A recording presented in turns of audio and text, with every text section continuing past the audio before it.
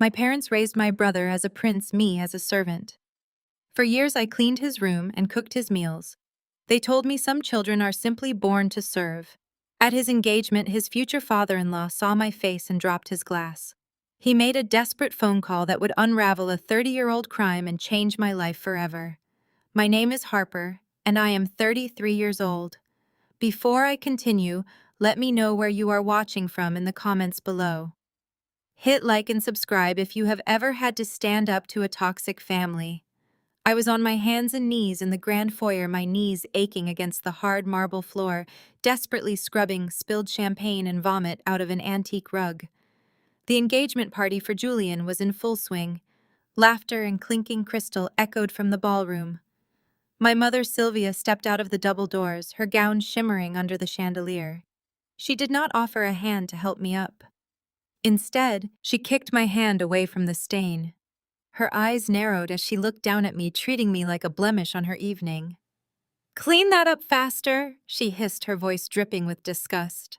"Tomorrow the Sterling family will be here for the wedding. Do not let your servant mentality embarrass us in front of Julian's in-laws. You were born to do this work, so do it right. Get out of sight before Maya's parents see you crawling on the floor like trash." I kept my head down, letting the carpet cleaner burn my fingertips. I did not argue. Arguing with Sylvia only resulted in punishment. She spent my entire life making sure I knew my place. While Julian received private tutors and a sports car, I was pulled out of extracurriculars to iron his shirts and prepare his meals. When I secretly applied to college for finance, my father ripped my acceptance letter to shreds, telling me my only purpose was to support Julian's future. I had to educate myself in secret, studying online courses late into the night while everyone slept. Just as Sylvia turned her back to greet guests, Julian strolled into the foyer, surrounded by his obnoxious groomsmen. He carried himself with the swagger of a man who had never been told no. He held a full glass of red wine. He stopped in front of me, looking down at my white blouse, the only clean clothing I had been allowed to wear tonight. Julian grinned at his friends. "Oops," he said loudly. He tilted his wrist deliberately, pouring the red wine down the front of my shirt. The liquid soaked through to my skin. The groomsmen erupted into laughter, clapping Julian on the back. "Sorry about that, maid," Julian sneered, stepping on the wet rag I was using. "My shirt is worth more than your life, so I figured I would use you to wash my glass. Go clean the guest bathrooms upstairs. They smell better than you do." I did not cry. I did not scream. I slowly stood up, grabbing a napkin from my apron to wipe the wine from my face. As Julian brushed past me laughing with his friends, I bumped my shoulder against his jacket. It looked like an accident, a servant losing her balance. But in that split second, my fingers slipped a recording device straight into the pocket of his jacket. Let him laugh. He had no idea that the sister he treated like dirt was actually a forensic accountant, and I was already tracking every cent he owned. At that moment, Maya walked into the hallway.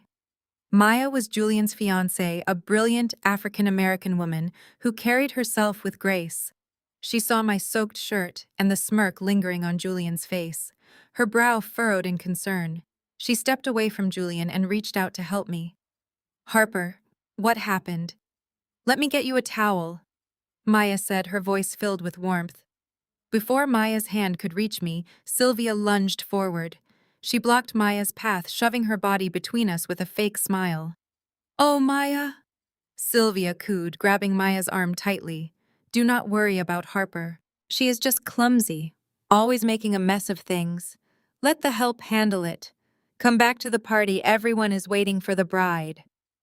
Maya looked uncomfortable, sensing the toxic dynamic, but Sylvia pulled her away before she could protest further. I turned back to my cleaning supplies. Then the heavy oak front doors swung open. Marcus Sterling stepped inside. His presence alone commanded the entire room, silencing the background chatter of the nearby guests.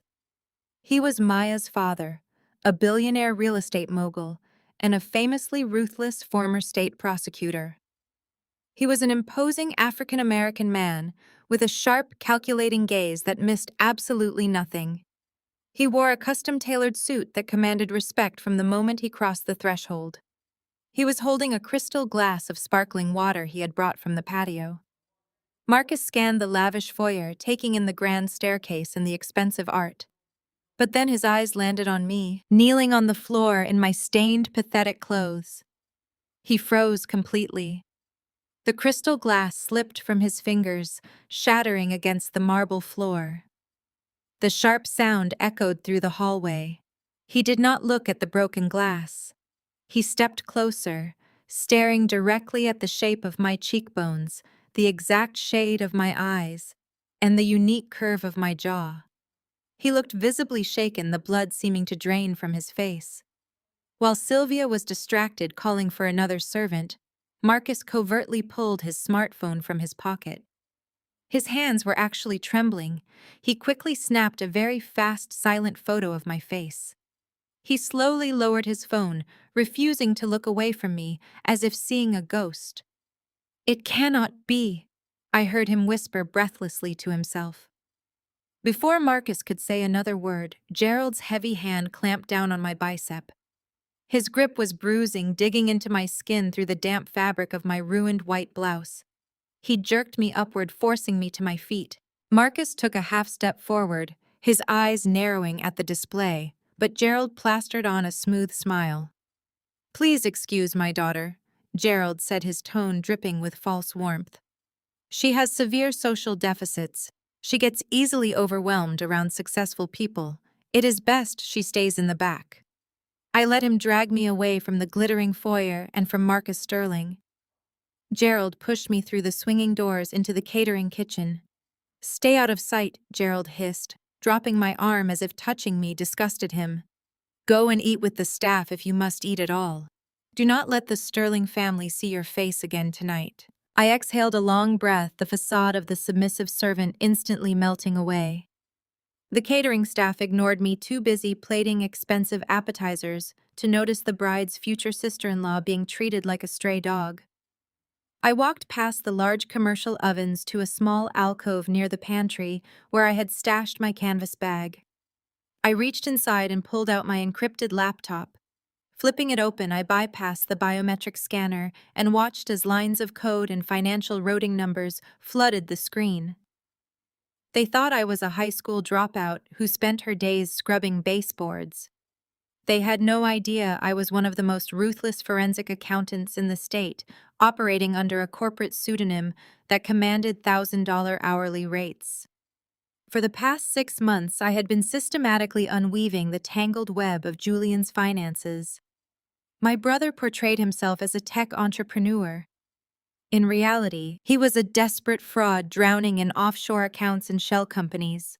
I typed a command to download the audio from the micro recorder I had just dropped into his jacket pocket. While the file transferred, I ran a trace on a Cayman Islands routing number. "I am so sorry about him." The sudden voice made me snap the laptop shut instantly. I spun around to see Maya in the doorway. Her face was clouded with genuine distress. She held a china plate piled high with buttered lobster tails and roasted asparagus. She walked over and gently set the plate down next to my bag. "You should not have to hide back here," Maya said softly. "And you definitely should not go hungry. Julian was way out of line spilling that wine on you. I will make him apologize." I offered a polite smile. "Save your breath, Maya. An apology from Julian is just manipulation." Maya frowned, leaning against the stainless steel prep table. Her sharp, observant eyes scanned my face, taking in my ruined shirt and the angry red mark on my arm. "Why do you let them treat you like this?" she asked, her voice dropping to a rapid whisper. "Julian brags about how you manage the household, but they treat you worse than the hired staff. You are obviously smart. Why stay? Why not leave here and get a degree?" I looked at my future sister-in-law and saw genuine empathy. The truth slipped out. "I tried to get a degree," I stated flatly. 7 years ago, I received full ride acceptance letters to 3 top-tier finance programs. Gerald intercepted the mail. He marched into my room, tore the letters into shreds, and threw them in my face. He told me my only purpose was to provide free labor for this house so they could divert every dollar into Julian's startup ventures. He said if I tried to leave, he would claim I stole family heirlooms and have me arrested. I have been their indentured servant ever since. Maya's eyes widened in horror. She opened her mouth to speak, but the kitchen doors slammed open. Sylvia stormed into the kitchen, her eyes wild with controlling energy. She spotted Maya and immediately marched toward our alcove. Maya, darling, what are you doing in this greasy room? Sylvia asked, her voice shrill. She saw the plate of lobster sitting next to me, her face contorted with unhinged rage. She snatched the heavy china plate right off the table. What is this? Sylvia shrieked. She turned and violently dumped the entire plate of expensive seafood straight into the industrial trash bin. The loud clatter echoed off the tile walls. This premium food is for our distinguished guests, Sylvia spat, glaring at me with pure venom. Not for the help. She does not deserve to eat what my son's money paid for. Sylvia grabbed Maya by the forearm, mirroring the aggressive grip Gerald had used on me earlier. Come along, Maya. Julian is looking for his beautiful bride. Do not waste your breath on someone born to scrub toilets. Maya shot me a look of terrified understanding as Sylvia dragged her backward out of the kitchen. As the door swung shut, the silence felt heavy. I calmly turned back to my alcove and opened my laptop. The screen was flashing with a bright red priority alert from my financial monitoring software. I tapped the notification. My blood ran cold. The alert showed he had forged my signature to take out a $500,000 loan against a commercial property registered in my name. The funds were pending transfer immediately. Meanwhile, on the dark patio, Marcus Sterling stood alone in the shadows. He held his phone, staring intensely at the photograph of my face. His voice was a low rumble as he spoke to his head of private security. Get me a highly skilled private investigator right now, Marcus commanded. I need the DNA of the maid in the Wilson house. Do it tonight. The girl in the foyer looks exactly like my sister who was murdered 30 years ago. I stared at the blinking red alert on my screen. $500,000. Julian was not just careless. He was actively stealing my identity. I memorized the routing numbers, closed my laptop, and slipped it back into my canvas bag. I needed a moment to process my next move, so I slipped into the walk-in pantry to gather myself among the towering shelves of imported dry goods. I barely had a second to breathe before the heavy pantry door swung shut, casting the room into dim light. Julian stood blocking the exit. His face was flushed, the charming facade he wore for the party completely vanished. He marched forward and shoved a thick stack of stapled papers directly into my chest, forcing me to stumble back against a shelf of canned goods. Sign it, Julian demanded, his voice dropping to a menacing whisper. I caught my balance and glanced at the top page. It was a formal legal waiver. He was demanding I permanently relinquish my right to our late grandfather's trust fund, the only legitimate money tied to our family name. Before I could even read the second paragraph, the pantry door opened again. Gerald and Sylvia slipped inside, boxing me into the narrow aisle.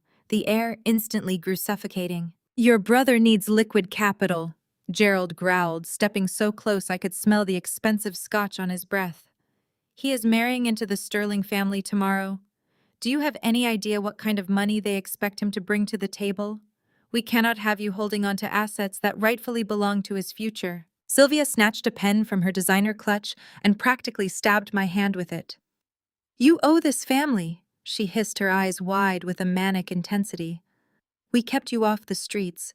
We put a roof over your head when nobody else would have wanted you. You are nothing but a drain on our resources. If you do not sign that paper right now, your father will throw you out into the rain tonight. You will be sleeping on the concrete by midnight.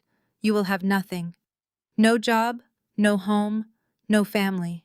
I looked at the three of them, my so-called family. Julian crossed his arms, looking like a petulant king waiting for his tribute. Gerald's fists were clenched at his sides, ready to physically drag me out the front door if I refused. Sylvia's face was twisted in an ugly sneer. They honestly believed they had broken me. They thought 28 years of verbal abuse and servitude had turned me into a spineless victim. They did not realize I had spent the last decade mastering corporate law and forensic accounting. I knew exactly what this document was. Julian needed my share of the trust to cover the fraudulent loan he had just taken out.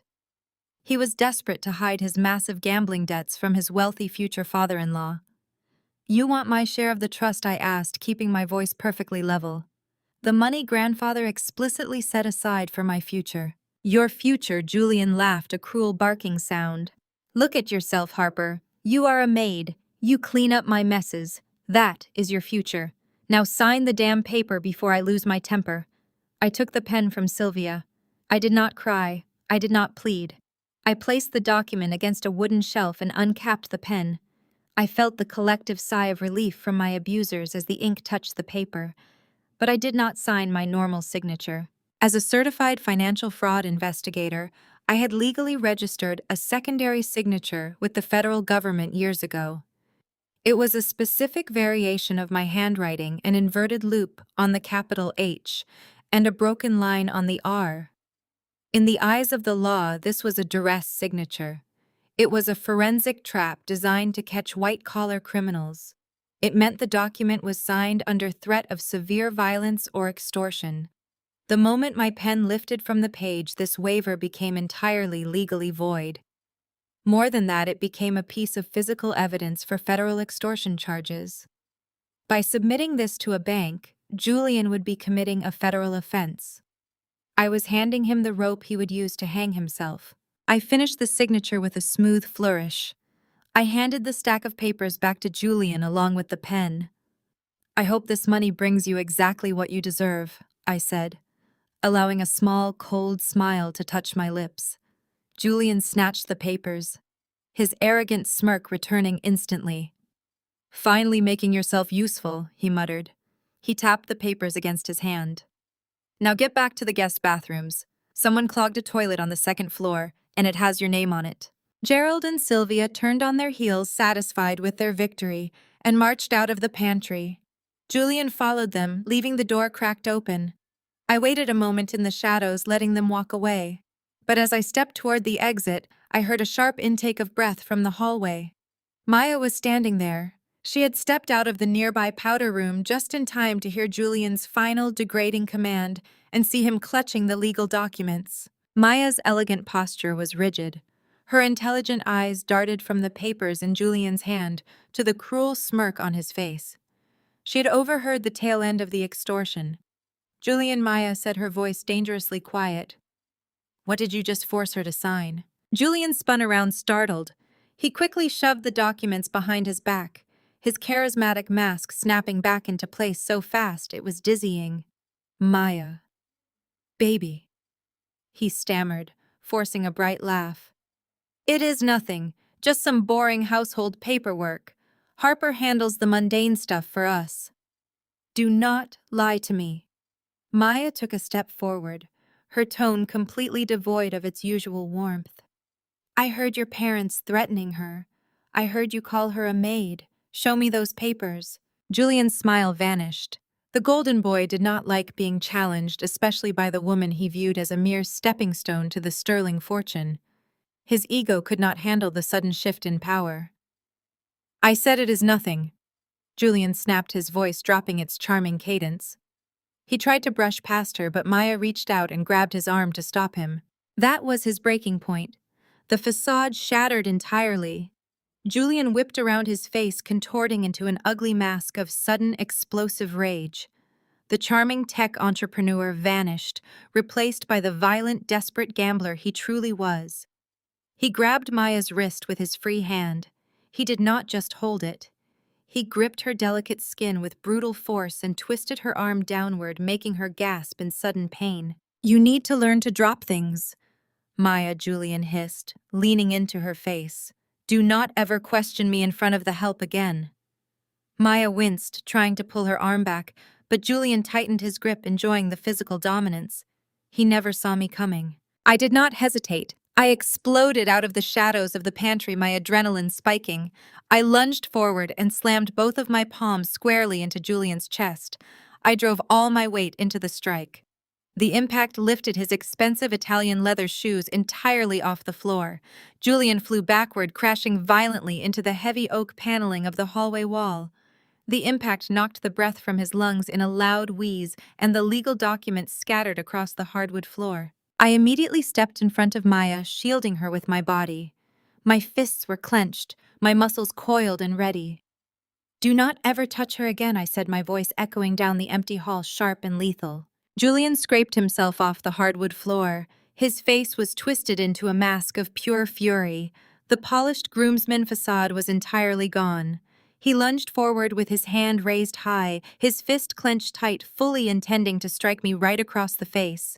Before his knuckles could even descend, Sylvia's shrill voice pierced the hallway. "Are you out of your mind?" Sylvia shrieked, sprinting around the corner with Gerald right behind her. She pointed a manicured finger directly at my chest. "I am calling the police now. I am having you arrested for assault.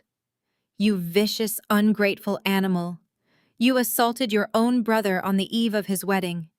You will be in a jail cell by midnight." Julian did not lower his fist. He glared at me, his chest heaving. "You are done, Harper. You are finished in this family. I am pressing charges." I stood my ground, my body still shielding Maya. I did not blink. "Call them," I challenged softly. "Let us show the police the bruises you just left on your future wife's wrist." Before anyone could dial a single digit, a deep, resonant voice echoed through the corridor, stopping the chaos dead in its tracks. "Nobody is calling the police," Marcus Sterling said. Marcus stepped out from the adjacent parlor. He did not yell. He did not need to. He spoke with the terrifying absolute authority of a man who had spent decades as a ruthless state prosecutor sending dangerous men to federal prison. His dark eyes locked onto Julian, and the temperature in the room seemed to drop 10 degrees. Julian immediately lowered his hand, the color draining from his face. "Mr. Sterling," Julian stammered, instantly adopting a sickeningly submissive tone. "It is not what it looks like. Harper just attacked me out of nowhere. She is unstable. My parents can verify it. We were just trying to contain her." Marcus walked slowly down the hall. He stopped between me and Julian. He glanced at Maya, noting the way she cradled her wrist, and then he looked at the legal documents scattered across the floor.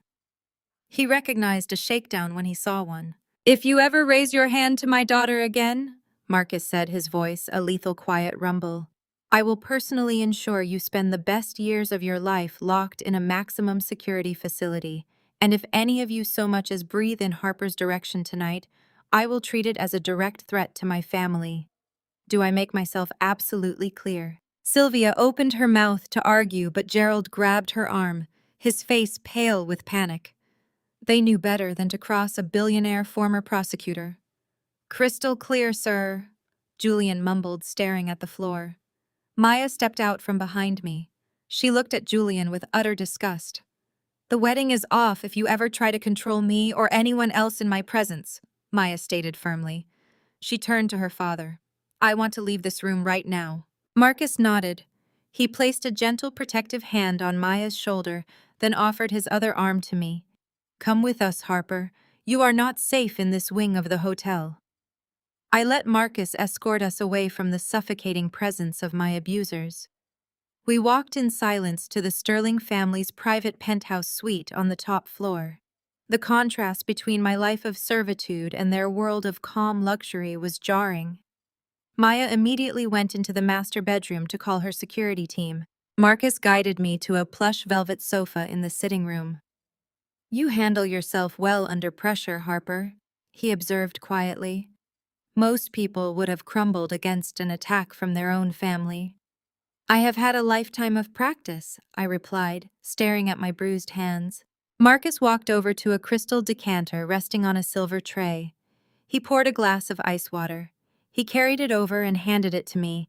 His eyes were intensely focused on my face, studying my features with a mix of sorrow and fierce determination. "Drink this," he said gently. "It will help calm your adrenaline. You have had a hell of a night." I took the glass, wrapping my hands around the cool crystal.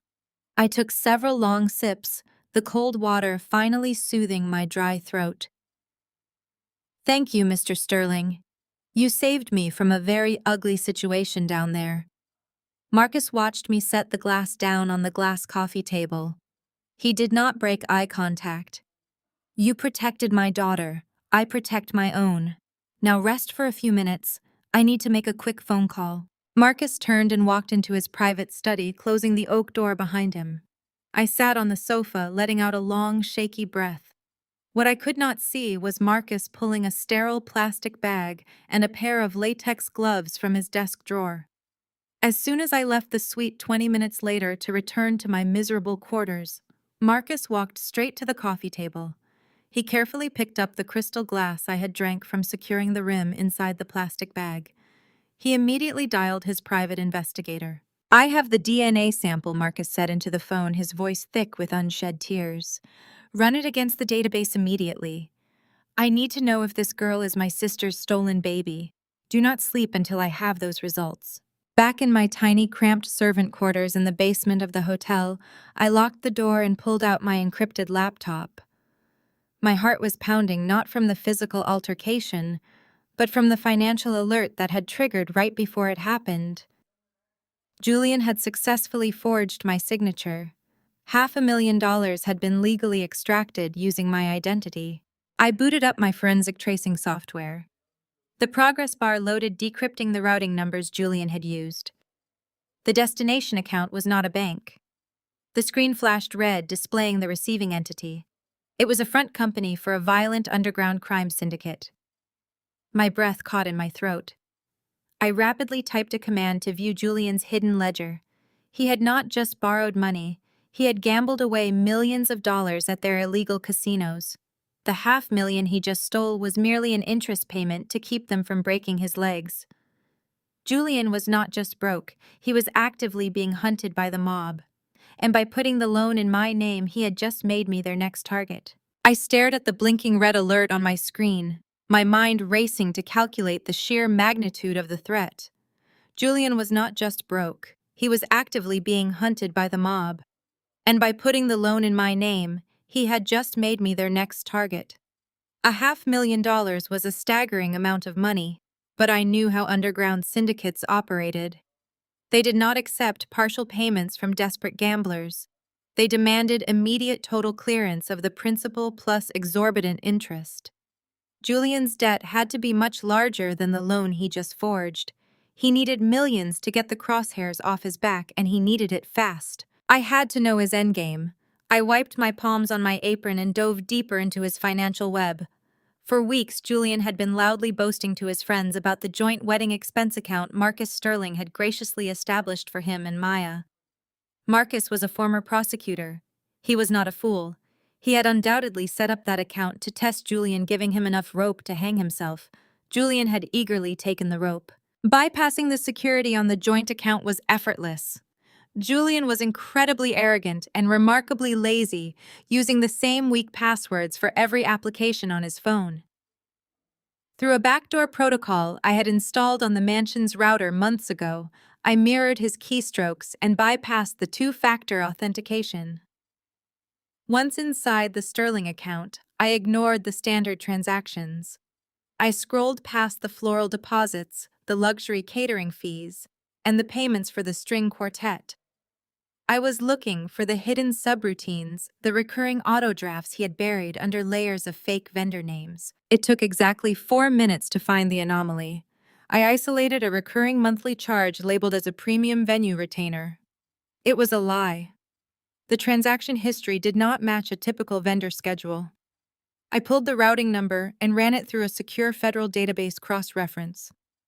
The receiving institution was not a wedding venue or an event planner. It was a high-risk life insurance brokerage based out of Delaware, a firm notorious for issuing massive policies with minimal oversight. I launched a brute force decryption protocol on the account attachments.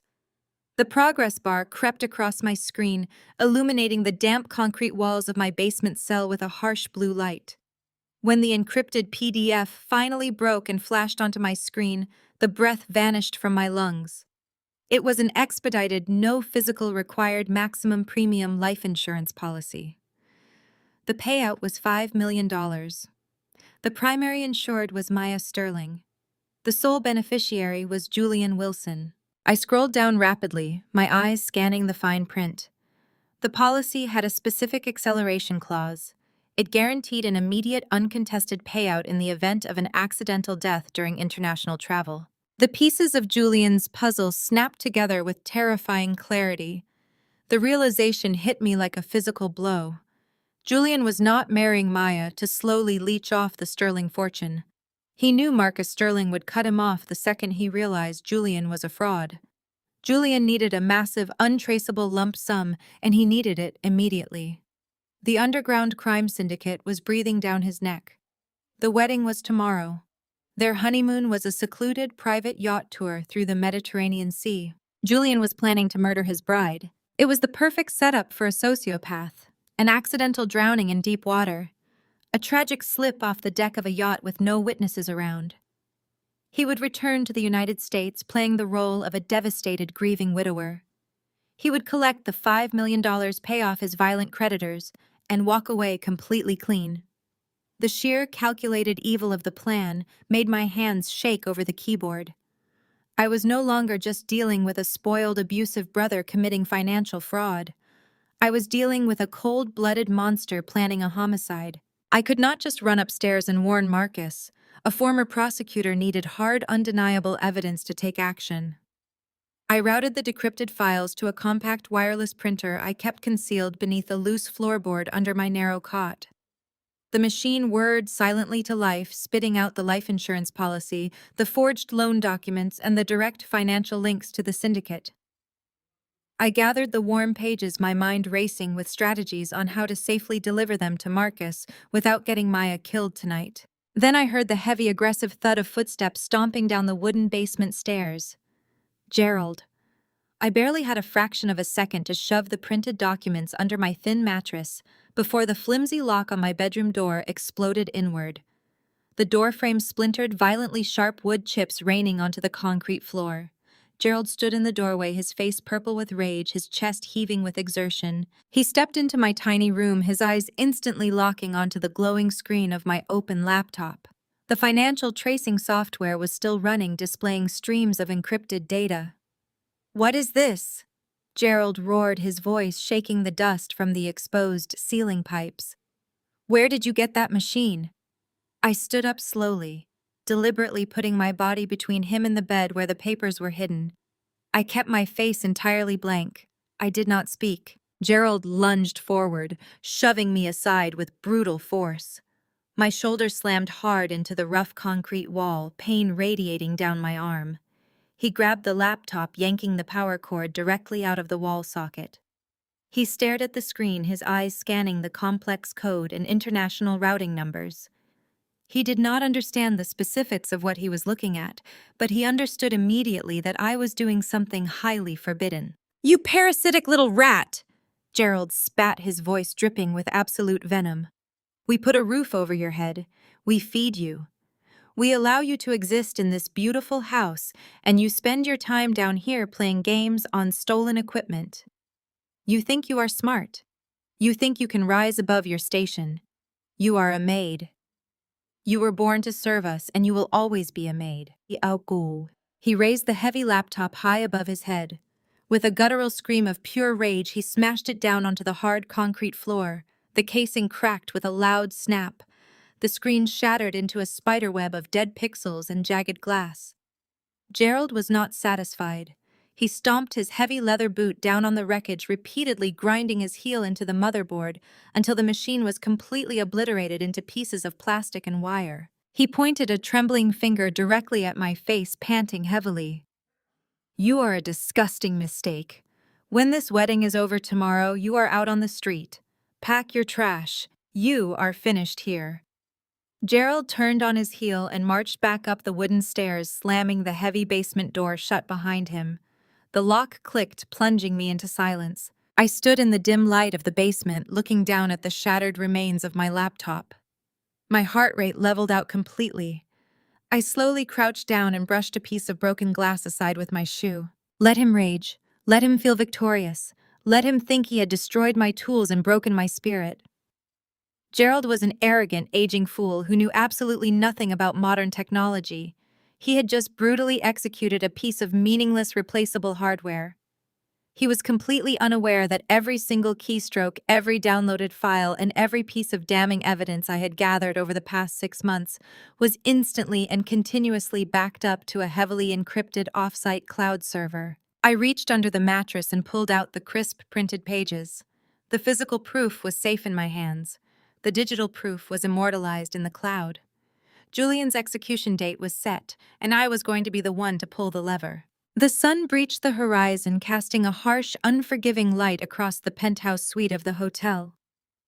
It was the morning of the wedding eve. Marcus Sterling stood by the floor-to-ceiling windows perfectly still, his silhouette cutting a sharp figure against the waking city. He had not slept a single second.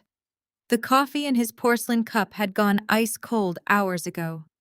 His mind was a relentless storm of calculations, memories, and dark suspicions. A sharp, rhythmic knock at the heavy mahogany door finally broke the silence. Marcus turned his jaw set in a rigid line. He crossed the expansive room and pulled the door open. His lead private investigator, a former federal agent named Vance, stood in the corridor. Vance did not offer a greeting. His face was a mask of professional stoicism. He simply reached into his tailored jacket and handed Marcus a sealed manila envelope stamped with the bright red insignia of a premier expedited genetics laboratory. Vance gave a single curt nod and walked away, his footsteps fading down the carpeted hall. Marcus closed the door, the click of the lock echoing loudly in the quiet suite. He carried the envelope to his desk with a heavy, deliberate stride. His hands that had confidently pointed at murderers and white-collar criminals in federal courtrooms for decades now trembled slightly. He tore the thick paper seal and pulled out the crisp white laboratory report. He bypassed the complex medical jargon, his eyes dropping straight to the bold, undeniable conclusion printed at the bottom of the page. Probability of familial match, 99.9%.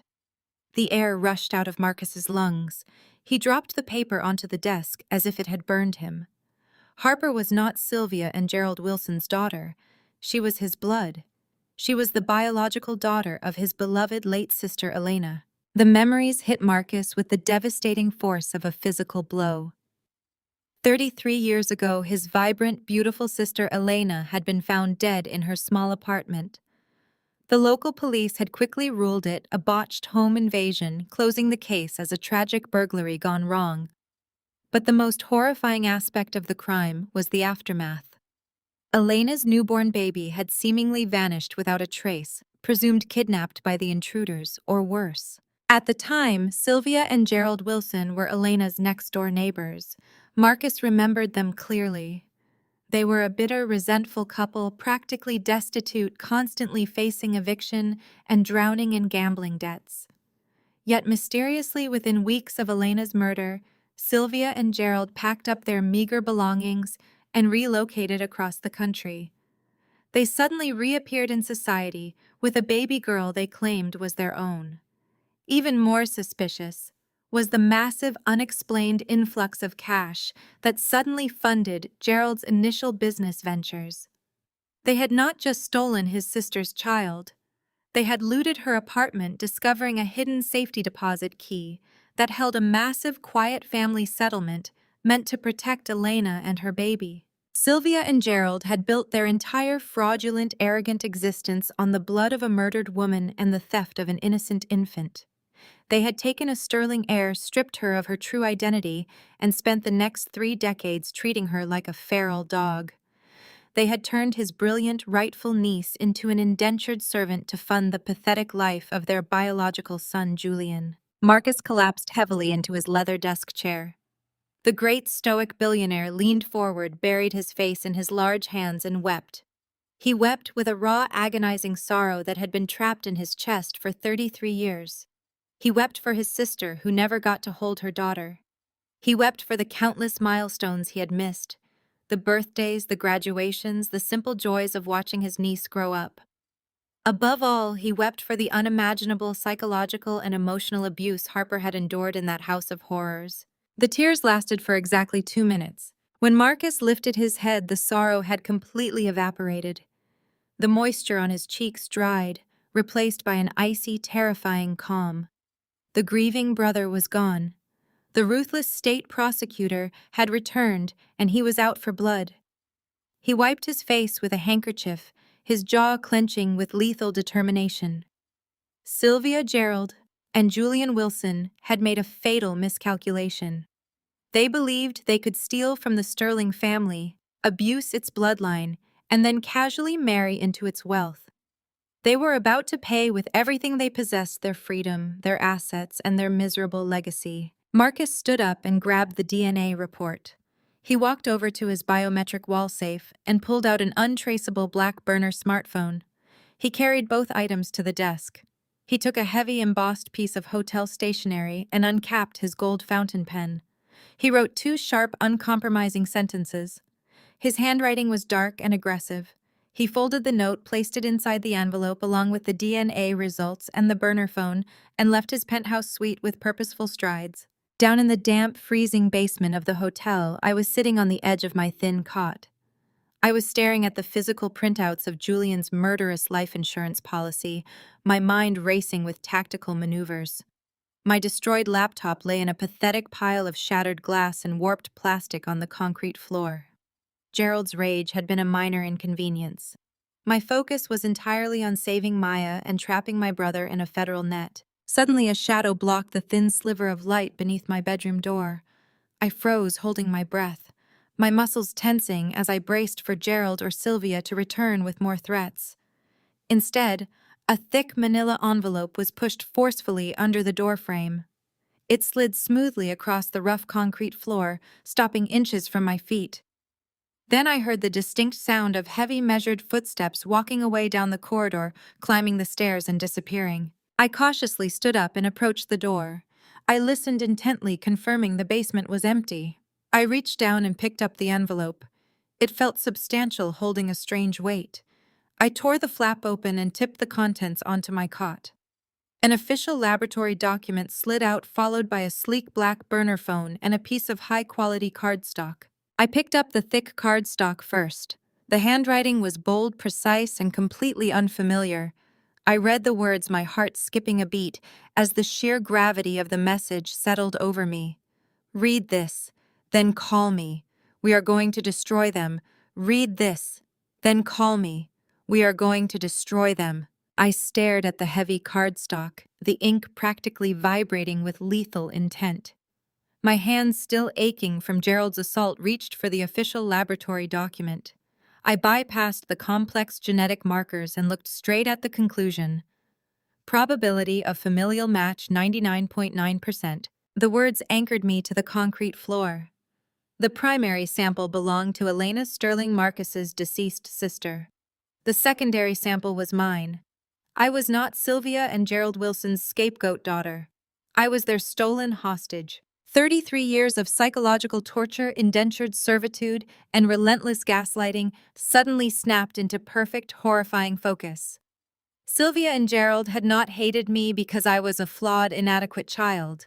They hated me because I was a living, breathing monument to their most heinous crime. They were broke, desperate neighbors who had stolen a murdered woman's baby and a quiet, massive settlement to fund their pathetic lives. Keeping me trapped in their basement was not just an act of cruelty, it was an act of containment. If I remained a broken, uneducated maid, I would never question my origins or challenge their empire built on my blood. They were wrong. I was not broken. I picked up the black burner phone and pressed the single programmed button. Marcus answered on the first ring. Take the service elevator down to sub-basement level B. Marcus instructed, his voice a low, steady rumble. Walk past the industrial laundry machines and exit through the rear loading dock. A black SUV with tinted windows is waiting. Do not let anyone see you. I slipped out of my shattered room and navigated the labyrinth of the hotel's underbelly. The air was thick with the smell of bleach and damp linens. I pushed open the heavy metal doors of the loading dock and stepped into the cool night air. The SUV idled silently in the shadows. I pulled the rear door open and climbed inside. Marcus sat in the dim interior. He looked at me, truly looked at me for the first time. The resemblance to the sister he had lost was undeniable. His eyes were red-rimmed, carrying the weight of a 33-year nightmare, but his posture was rigid with absolute authority. We rode in total silence as the vehicle navigated the slick city streets, arriving 20 minutes later at an underground parking garage of a secure off-site corporate building.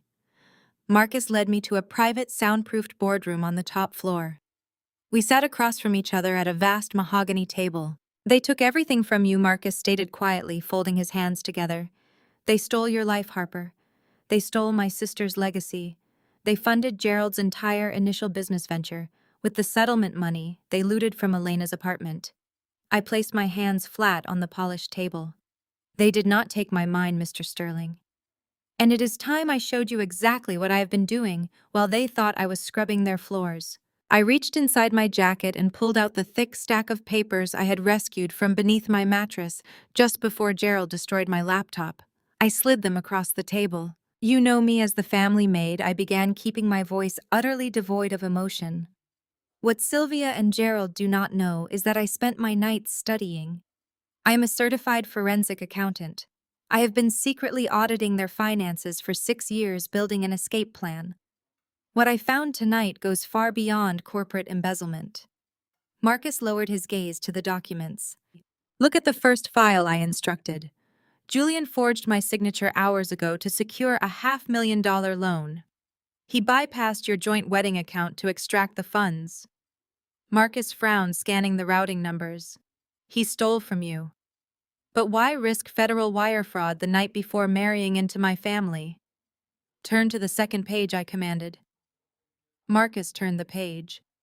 The color began to drain from his face as he read the decrypted ledger. "Julian is deeply indebted to a violent underground crime syndicate," I explained smoothly. "He has lost millions in illegal offshore casinos. He is actively being hunted by the mob.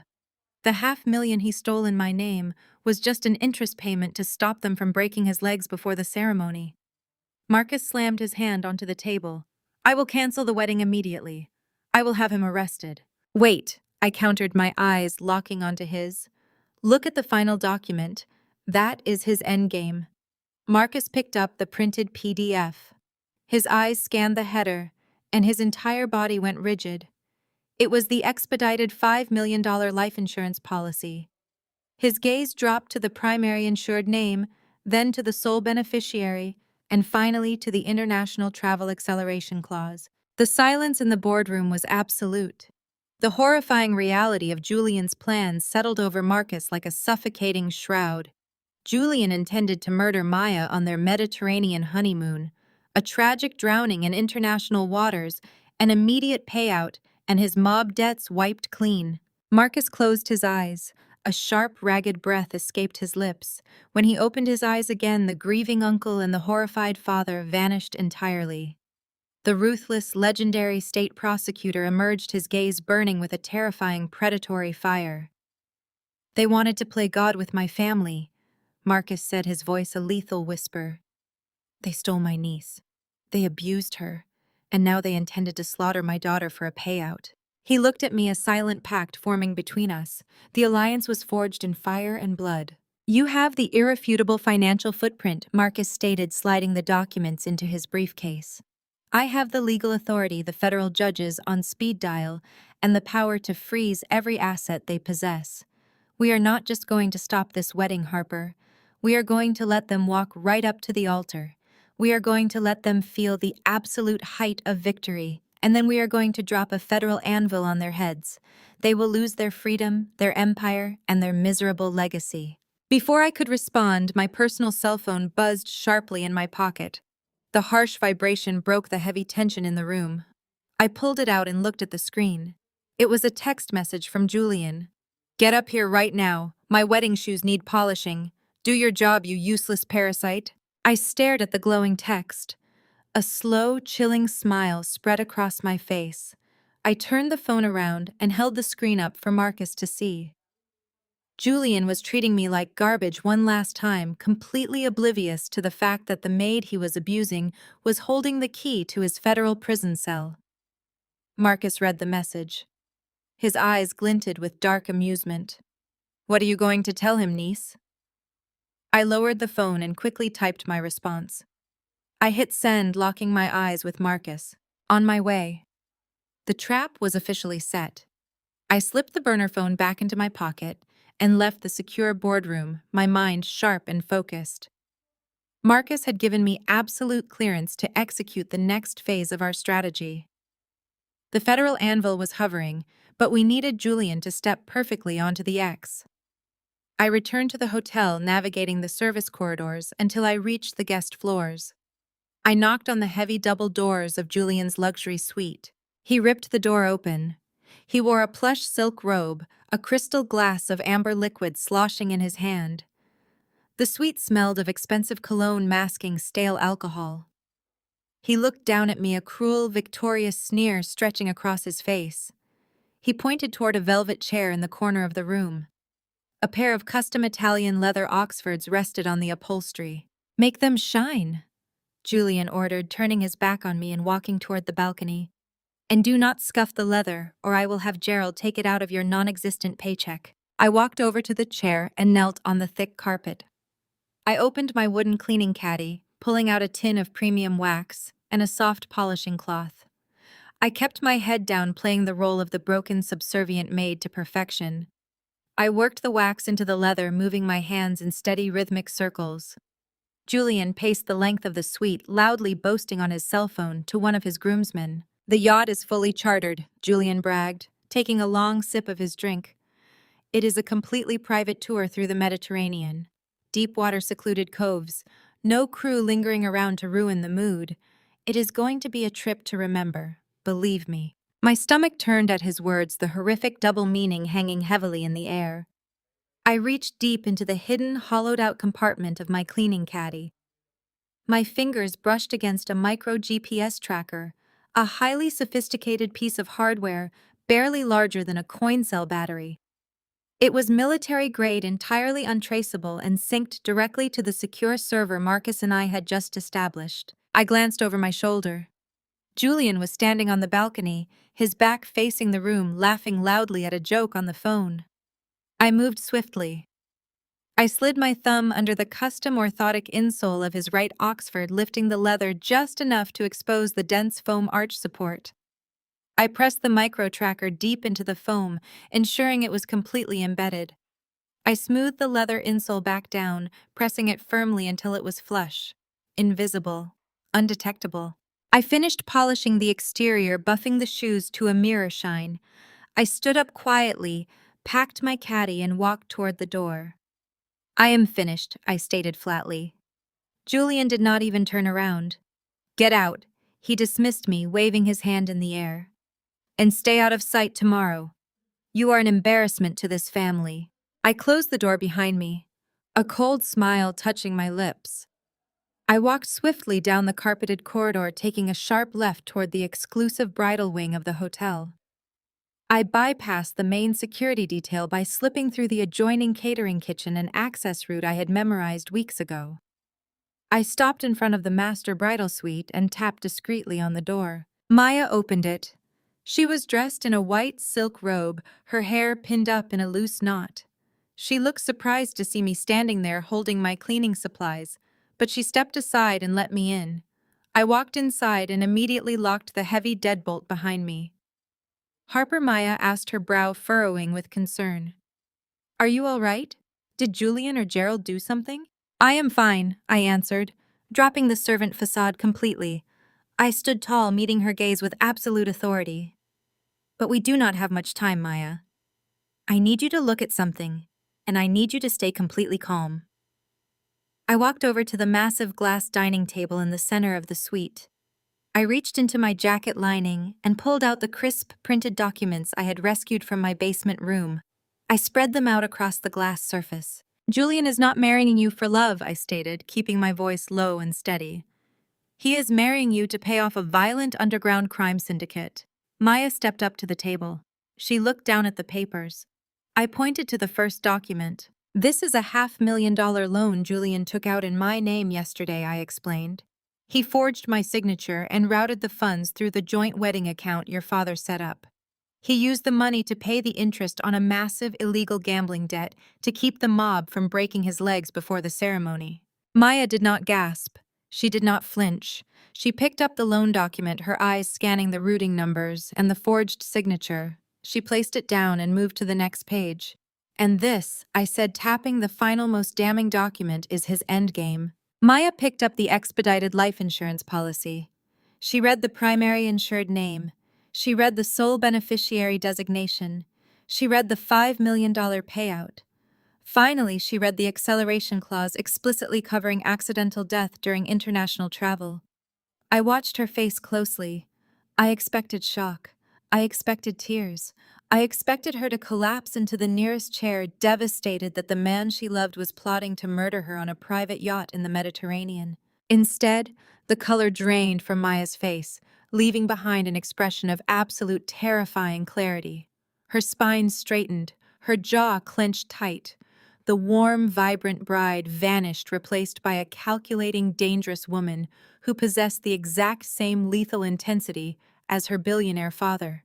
She did not cry. She analyzed the data. She cross-referenced the dates, the premium payments, and the specific legal loopholes Julian had tried to exploit. She placed the life insurance policy back onto the glass table, aligning it perfectly with the forged loan documents. She looked up at me, her dark eyes entirely devoid of fear. "My father taught me how to ruin men like this," Maya said, her voice dropping to a chilling, ice-cold whisper. Before I could reply, the door handle to the bridal suite rattled aggressively. Someone banged loudly on the heavy wood. The deadbolt stopped them from entering, but a keycard slid into the electronic reader a second later. The lock flashed green and clicked open. Sylvia threw the door wide open, marching into the suite with an entourage of hairstylists and makeup artists trailing nervously behind her. Sylvia was dressed in an ostentatious glittering gown, her face pulled into a mask of arrogant authority. She stopped dead in her tracks, her eyes narrowing into furious slits as she spotted me standing near the glass table. "What on earth is going on here?" Sylvia demanded, her voice shrill and echoing through the large room. She pointed a manicured, accusatory finger directly at my chest. "Why is the maid bothering the bride? Get out of this suite immediately, Harper." I stood my ground, my hands resting lightly near the documents, ready to sweep them out of sight. But before I could make a single move, Maya stepped directly in front of me, shielding the table from Sylvia's line of sight. The lethal, calculating coldness vanished from Maya's face in an instant, replaced by a radiant, blindingly perfect smile. Maya walked right up to Sylvia and hooked her arm through the older woman's, turning Sylvia smoothly away from the dining area. "Oh, Sylvia, please do not scold her," Maya said, her voice dripping with an artificial melodic sweetness that was completely flawless. Harper was not bothering me at all. Actually, she was just helping me plan a massive surprise for Julian at the altar. Sylvia's eyes darted between me and Maya. Her suspicion warred violently with her insatiable need to maintain the illusion of a perfect, seamless wedding. The prospect of a romantic surprise at the altar smoothed the harsh, panicked lines of her face. But her disdain for my presence in the bridal suite remained entirely intact. She snapped her manicured fingers, pointing a sharp nail toward the door. "Get out of here!" Sylvia barked, her voice tight with suppressed rage. "The rehearsal dinner begins in 3 hours. Report to the catering director immediately. I had a special uniform sent up for you. Do not embarrass me tonight, Harper." I offered a meek, subservient nod, keeping my eyes cast downward as I slipped past her buzzing entourage of stylists. I caught one final glimpse of Maya over Sylvia's shoulder. The bride's expression was a masterclass in absolute composure. We were officially at war, and the enemy had no idea the battlefield had already been mined. The rehearsal dinner was held in the hotel's grand conservatory. Crystal chandeliers hung from vaulted glass ceilings, illuminating long tables draped in imported ivory silk. Sylvia had truly outdone herself with my required attire. While the professional catering staff wore crisp black slacks, polished shoes, and tailored vests, I was handed a poorly fitted starched gray dress with a stained, ruffled white apron. It looked like a theatrical costume from a bygone era of indentured servitude. It was explicitly designed to humiliate me, to broadcast my inferior status to every wealthy, influential guest in attendance. I put it on without a single complaint. I fastened the apron strings and tied my hair back. Sylvia thought she was degrading me, but she was actually handing me an incredible tactical advantage. As a servant in a humiliating uniform, I was entirely invisible. The affluent guests looked right through me, carrying on their conversations and securing their business deals as if I were merely a piece of moving furniture. I moved silently through the conservatory, carrying a heavy silver tray loaded with crystal goblets of ice water. I kept my gaze leveled, tracking Julian through the crowd. He sat at the center of the head table, surrounded by his groomsmen and wealthy college friends. He was drinking heavily, his face flushed, his laughter echoing too loudly across the room. But underneath his arrogant celebratory facade, I saw the frantic crackling energy of a cornered animal. His right knee bounced restlessly under the table. His phone sat just inches from his plate, the screen lighting up every few minutes with incoming notifications. He was sweating despite the aggressive air conditioning. The crime syndicate was undoubtedly demanding confirmation of their payment. Julian was desperately trying to keep the wolves at bay until the wedding rings were exchanged tomorrow afternoon. That smartphone was his lifeline. It was his digital command center for moving the stolen funds, accessing his hidden crypto wallets, and communicating with the mob. With Marcus Sterling actively working in the shadows to freeze Julian's accounts and sever his financial arteries, Julian needed to be completely isolated. If I took that phone out of commission, he would be flying blind. He would be trapped in this hotel, unable to see the federal net closing tightly around his neck. I adjusted my grip on the heavy silver tray. I navigated through the maze of tables, seamlessly blending into the background of clinking silverware and ambient string music. I approached the head table from Julian's blind spot. He was leaning back in his chair, gesturing wildly with a champagne flute, boasting loudly about the private yacht he had chartered for his Mediterranean honeymoon. His phone rested dangerously close to the edge of the silk tablecloth. I stepped forward. I did not hesitate. I deliberately angled my ankle, catching the thick rubber toe of my practical catering shoe against the heavy wooden leg of his chair. I pitched my entire body weight forward, crying out in a perfectly pitched tone of feigned, clumsy surprise. The silver tray tipped violently. A massive cascade of freezing water, heavy ice cubes, and shattering crystal goblets crashed directly onto the table. The deluge hit his smartphone dead center. I watched with immense satisfaction as the screen sparked, flickered wildly, and instantly short-circuited, turning into a dead black brick, before the water flooded directly into Julian's lap. Julian shrieked. It was a high, panicked sound. He leaped out of his chair, knocking it backward onto the marble floor with a resounding crash. Ice water dripped heavily from his expensive trousers. His lifeline lay submerged in a pool of water, completely destroyed. The entire conservatory fell dead silent. The string quartet stopped playing mid-note. Every single eye in the vast room turned toward the head table. Julian stared at his ruined phone, his face contorting into a terrifying mask of absolute unhinged fury. The suave, charming groom vanished entirely, exposing the violent, volatile sociopath underneath. "You stupid, worthless rat!" Julian roared, his voice echoing violently across the vaulted ceiling. He lunged around the table, kicking the shattered crystal out of his way with his polished shoes. "Look what you did. You ruined my phone. You ruined my suit. You are a disgusting, incompetent freak." I cowered back, playing the role of the terrified, clumsy maid. I let out a soft whimper, pulling my shoulders up to my ears. Julian closed the distance between us in two massive strides. His chest heaved, the veins in his neck bulged against his collar. He drew his right arm back, his hand curling into a tight, heavy fist. He fully intended to strike me right there, to beat his sister in front of 100 horrified guests. The blow was coming fast.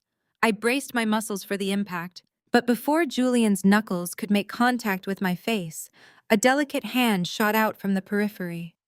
Long, elegant fingers wrapped around Julian's wrist with astonishing speed and a vice-like grip, stopping his fist dead in midair.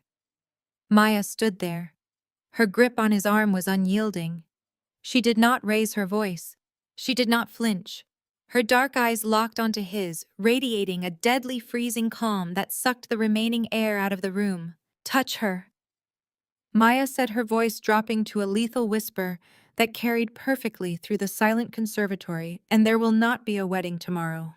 Julian froze. The violent rage drained from his face, instantly replaced by a sickening, humiliated panic. He realized exactly who was watching him. He slowly lowered his arms, stepping back as a collective gasp rippled through the crowd of elite guests. He was utterly exposed. Across the room, Sylvia glared at me, her eyes burning with pure, unadulterated hatred. I kept my head bowed, immediately dropping to my knees to gather the shattered crystal and soaked linen napkins. I did not look at Sylvia. I did not look at Maya. I simply played the role of the clumsy, terrified servant sweeping the debris onto my tray with trembling hands. Julian stood paralyzed, staring at his waterlogged device, as if his oxygen supply had just been severed. He jabbed frantically at the power button, his thumb pressing so hard the joint turned white. Nothing happened. The screen remained a dead, hollow black. I hurried out of the conservatory through the heavy, swinging service doors, dumping the ruined tray in the dish pit before retreating to a secluded utility closet on the 4th floor. Marcus had equipped me with a pristine, high-powered laptop during our meeting. I pulled it from its hidden compartment behind a stack of industrial cleaning supplies and booted it up. Julian was completely cut off from his digital life, which meant he was backed into a corner. Cornered animals make massive, desperate mistakes. I had spent the last 2 years familiarizing myself with every inch of this hotel's infrastructure while scrubbing its baseboards. I knew the central telecom room in the sub-basement was secured with a standard magnetic lock. I had cloned the manager's master keycard months ago for my own survival. Earlier today, while the wedding party was distracted with floral arrangements and seating charts, I had slipped into that telecom room and plugged a discrete network bridge directly into the hotel's main communication switchboard. I opened a terminal window on my screen, typing a rapid series of commands to isolate the extensions for the bridal wing. I routed the audio feed from Julian's luxury suite directly to my encrypted headset. I sat in the darkness, the faint hum of the ventilation unit my only company. 10 minutes passed, then 20. I monitored the digital wavelengths, watching the silent green line stretch across my screen. Just as I wondered if he would risk borrowing a groomsman's phone, a sharp electronic click echoed through my earpiece. The green line spiked violently. Julian had picked up the suite's landline. I hit record. A series of rapid dial tones played out, indicating an international number. The line rang twice before someone answered.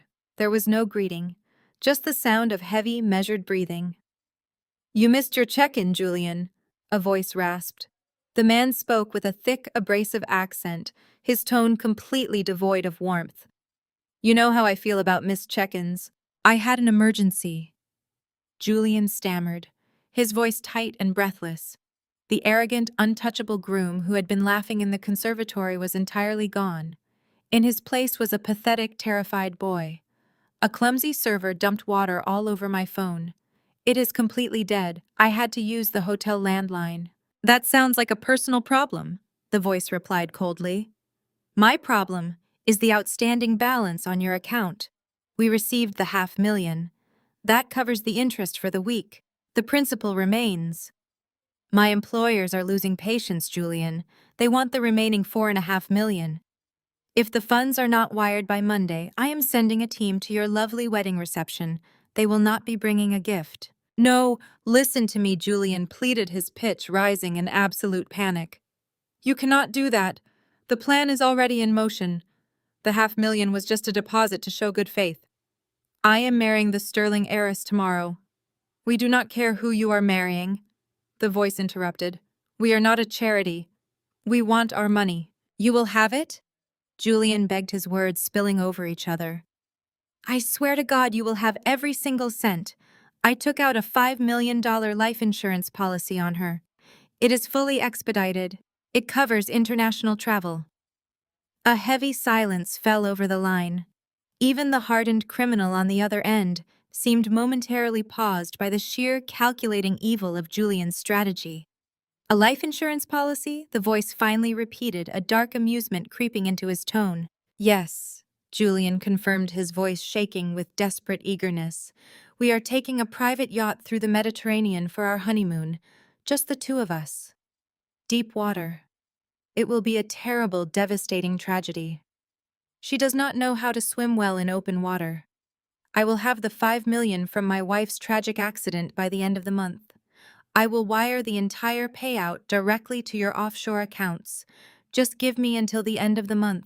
I sat frozen in the utility closet, my blood running cold. Hearing him outline the murder of an innocent woman with such clinical, self-serving precision made my stomach churn. Julian was not just a fraud. He was a monster willing to slaughter his bride to save his own skin. Make sure it looks like an accident, Julian, the voice warned softly.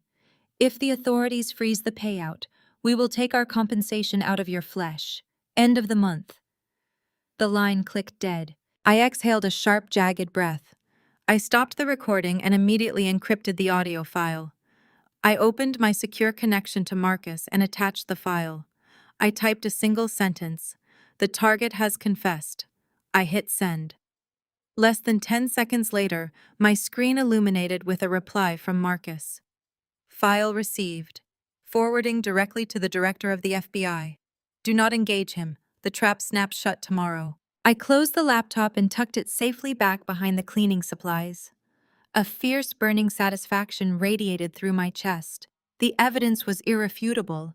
Julian had just handed us his own federal indictment on a silver platter. I unlocked the closet door and stepped out into the dimly lit service corridor, ready to return to my quarters and prepare for the final act. A heavy hand suddenly clamped down on my shoulder, its grip like a steel vise. Before I could cry out, I was jerked backward with brutal force. I was thrown hard against the concrete wall of the empty hallway. The impact knocked the wind out of my lungs. I blinked, my vision swimming, as Gerald Wilson stepped into the harsh fluorescent light. His face was contorted with a vicious, ugly rage. He crowded into my space, trapping me against the wall. He smelled of scotch and expensive cigars. You think you are clever, do you not? Gerald spat, his voice a low, menacing growl.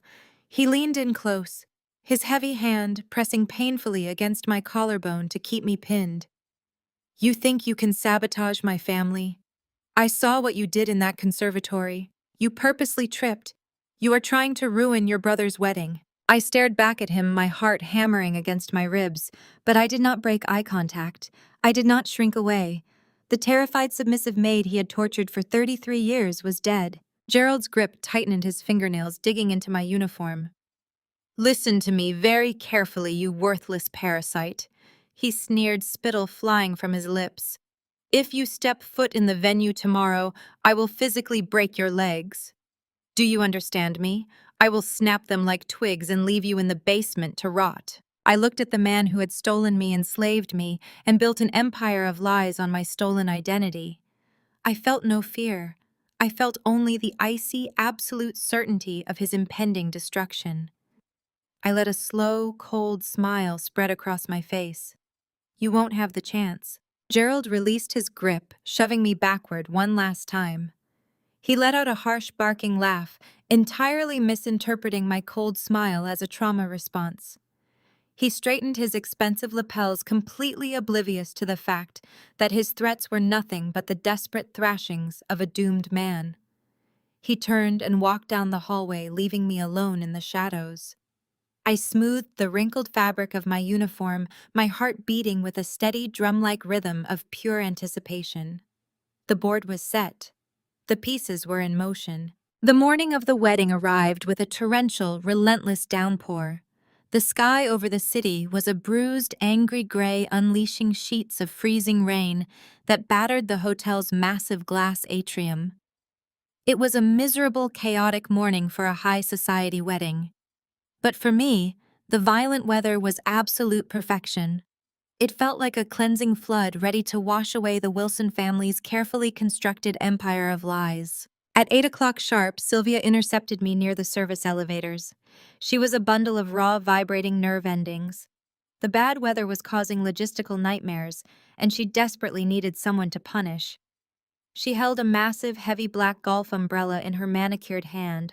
Listen to me very carefully, Sylvia snapped, thrusting the umbrella against my chest with unnecessary force. The primary valet service is completely overwhelmed. The arriving guests are getting wet, and it is entirely unacceptable. You are going to stand out on the main curb. You will hold this umbrella over the heads of my VIP guests and escort them directly from their cars to the covered awning. I looked down at the umbrella, then back up at her perfectly powdered face. You want me to stand outside in a freezing downpour for the next 3 hours? I want you to be useful for once in your miserable life, Sylvia hissed, her eyes narrowing into cruel slits. You will stand in the rain, you will smile, and you will not come back inside until every single guest is seated in the grand ballroom. If you ruin Julian's perfect day with your incompetence, I will make sure you are sleeping on the street by midnight. Do your job. I took the heavy umbrella. I lowered my eyes, giving her the exact subservient nod she craved. Yes, Sylvia. She spun on her heel and marched back toward the bridal suite, radiating arrogant satisfaction. I turned and walked toward the main lobby doors. The hotel staff shot me sympathetic glances as I pushed through the revolving glass. The freezing rain hit me instantly, soaking through my thin gray catering uniform in seconds. The wind whipped my wet hair across my face, stinging my cheeks. I walked down the grand circular driveway, moving past the frantic hotel bellhops. I kept walking until I rounded the corner of the massive stone facade, completely out of sight from the lobby windows. A team of 6 men stood waiting under the shelter of a concrete overhang. They wore pristine, heavy-duty black rain gear, professional earpieces, and laminated badges. I had hired them using my secret offshore accounts 2 days ago. They were a premier private valet and security service, charging triple their usual rate for a last-minute severe weather deployment. The team leader stepped forward.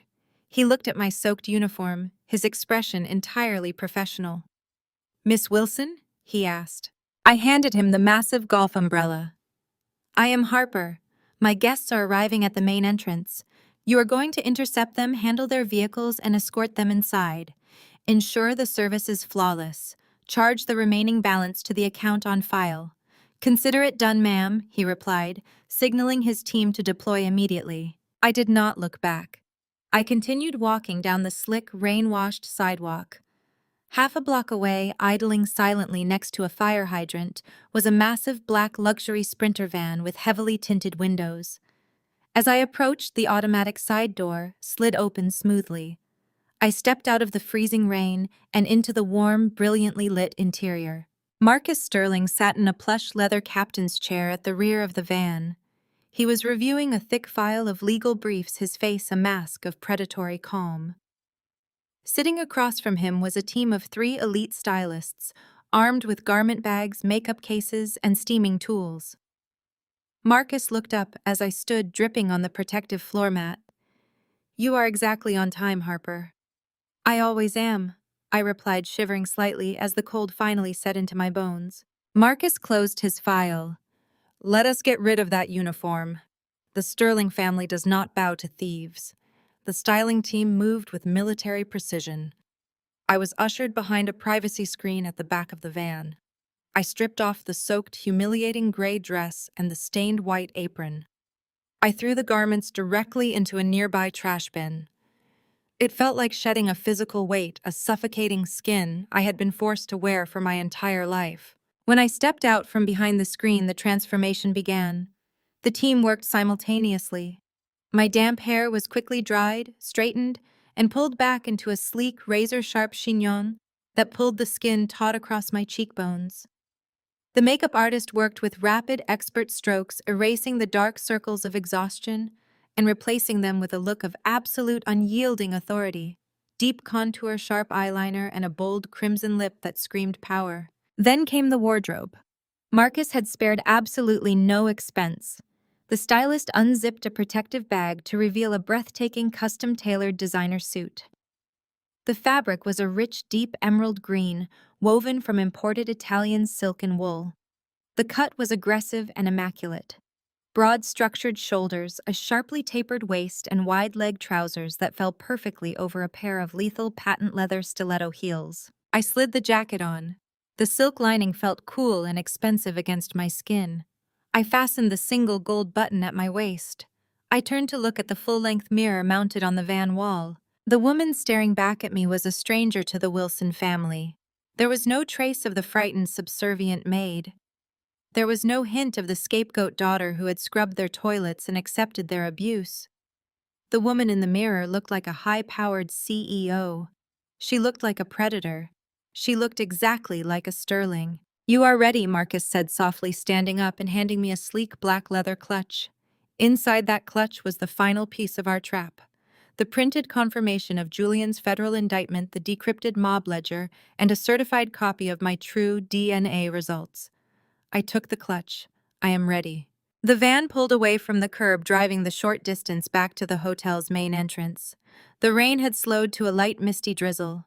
The private valets I had hired were operating with flawless efficiency, holding umbrellas for the wealthy guests ascending the grand marble steps. The van door slid open. I stepped out onto the pavement. My stiletto heels clicked sharply against the wet stone. I bypassed the valet line entirely, walking straight up the center of the grand staircase. The heavy glass doors parted for me. I stepped into the opulent, crowded foyer.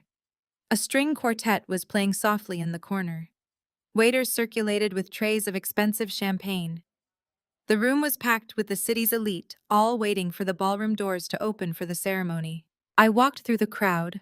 People instinctively stepped out of my way, their conversations faltering, their eyes drawn to the sharp, commanding emerald suit and the absolute confidence radiating from my posture. I did not look at them. My eyes were scanning the room for one specific target. I found her standing near the massive floral archway at the entrance to the ballroom. Sylvia was holding a glass of champagne surrounded by a group of wealthy socialites.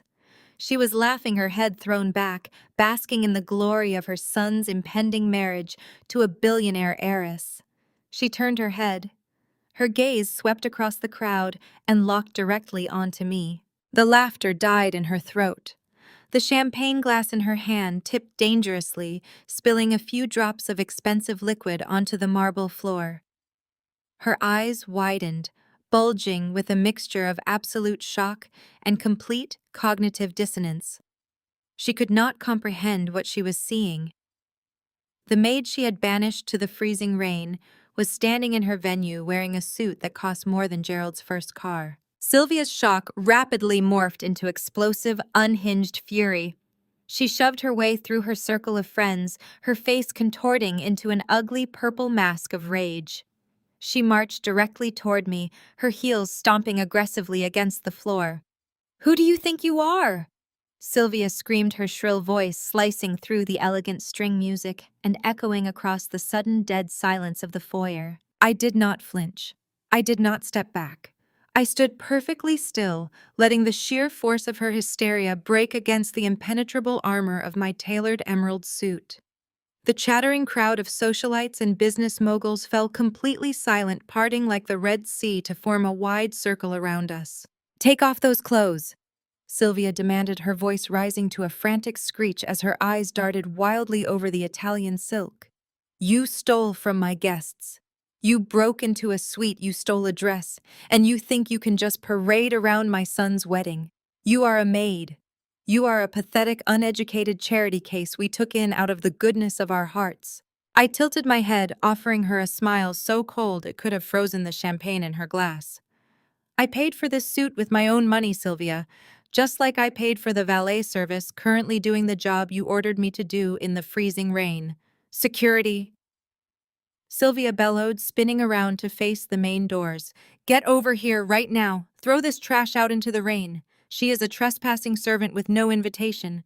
Drag her out by her hair if you have to." Two massive venue security guards stepped out from the shadows near the coat check. They moved swiftly through the parted crowd, zeroing in on me.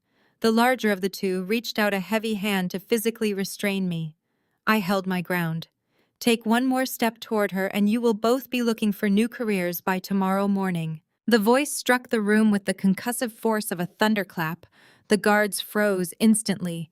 Marcus Sterling stepped through the crowd, moving with the slow, terrifying grace of an apex predator. The sheer gravity of his presence commanded absolute obedience. He stepped to my side, placing himself deliberately between me and the security team. "Mr. Sterling," the head guard stammered, taking a quick step backward. "We were just responding to Mrs. Wilson's request to remove a trespasser." You are mistaken, Marcus stated, his voice a low, dangerous rumble. This woman is not a trespasser. She is my personal VIP guest. Furthermore, she is the true co-host of this wedding. If anyone lays a single finger on her, I will personally ensure this hotel is shut down. Now step away. The guards nodded, rapidly retreating without a single backward glance at Sylvia. Sylvia looked as though she had been physically struck. Her jaw went slack. The color drained completely from her face. Marcus, there has been a terrible misunderstanding, she sputtered, forcing a nervous, high-pitched laugh. She has manipulated you. She is not a VIP. This is Harper. She is just my ungrateful, useless daughter. She cleans my house. She is deeply unwell and prone to delusions. Marcus looked down at Sylvia. He did not blink. He looked at her with the calculating, merciless stare of an executioner. We will see about that, Marcus said softly. Sylvia physically recoiled, blinding panic flooding her eyes. She realized she had completely lost control of the narrative. I turned away from her, directing my gaze toward the massive mahogany doors leading into the grand ballroom. Standing just inside the threshold was Julian. His custom-tailored tuxedo hung awkwardly on his frame. He was sweating profusely, beads of moisture glistening on his forehead. He patted the empty pocket of his trousers, a phantom reflex, searching for the smartphone I had destroyed. He was flying blind. But that was not the reason he was sweating. My eyes drifted past Julian, looking deep into the dimly lit ballroom. The guests were taking their seats, but in the very back row, sitting in perfect unnatural stillness, were 3 men. They wore dark, heavy suits that fit poorly over thick, muscular frames. They sat with rigid, terrifying patience, their cold eyes locked dead center on Julian's back. The mob creditors had arrived. Julian had promised them a $5 million payout by the end of the month from his wife's tragic accident. They were here to ensure their investment did not run.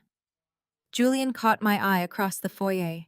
He glared at me, pure hatred burning in his pupils. He truly believed that marrying Maya Sterling would save his miserable life. He had no idea the woman he was about to marry was holding the match to burn his world to ashes. The heavy mahogany doors swung fully open.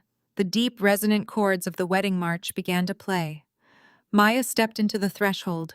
She was a breathtaking vision in custom ivory, a cathedral-length train pooling behind her. Her veil was pushed back, exposing features carved from ice. Her dark eyes locked onto Julian at the end of the aisle with the unblinking, terrifying intensity of a predator tracking its prey. Each step she took was a countdown. At the altar, Julian played his part. He summoned his charismatic, blindingly handsome smile. In the front row, Sylvia and Gerald were putting on a masterclass in theatrical emotion. Sylvia dabbed at her dry eyes with a lace handkerchief. Gerald wrapped his arm tightly around her. "We did it," Sylvia whispered, her teeth bared in a greedy grin. "The Sterling accounts are finally ours. 10 billion in liquid assets," Gerald muttered back, his eyes gleaming with naked hunger.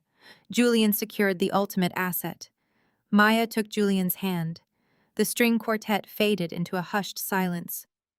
The priest stepped forward. "Dearly beloved," the priest began, his voice echoing through the ballroom. "We are gathered here today to join this man and this woman in holy matrimony.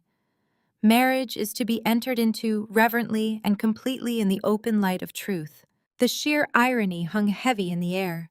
Julian stood there, a man drowning in mob debt, actively plotting to murder the woman holding his hand.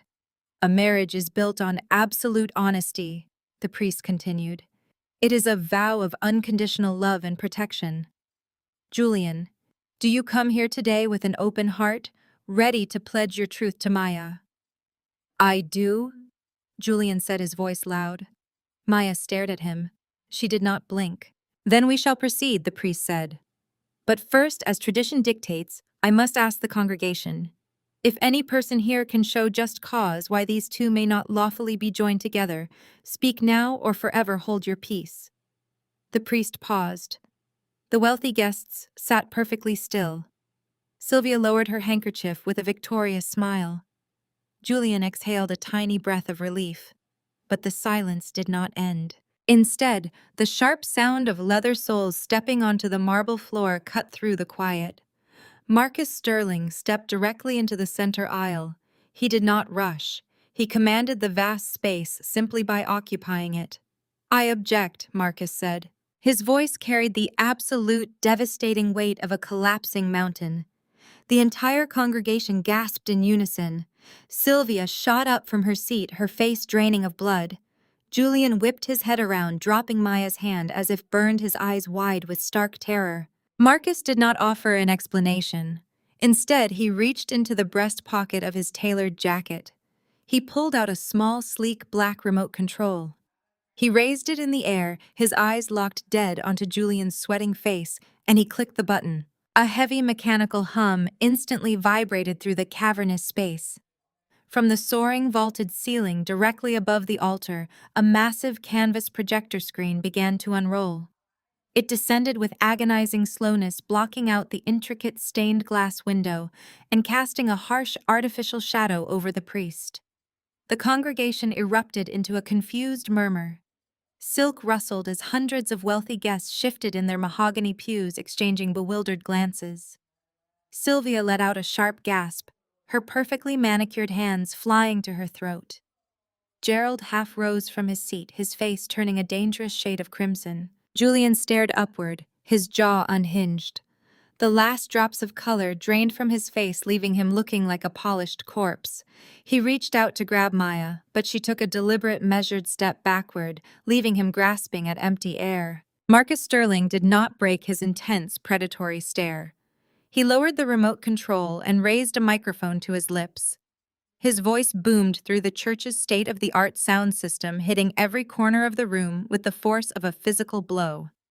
"I object on the grounds of fraud, extortion, and conspiracy to commit murder," Marcus announced. Absolute pandemonium detonated inside the church. Women shrieked, men shouted in shock. The string quartet players dropped their bows. Sylvia collapsed back into her front row pew, fanning her face frantically, as if the oxygen had just been sucked from the room. Gerald grabbed the wooden rail in front of him so hard the joints of his knuckles turned stark white.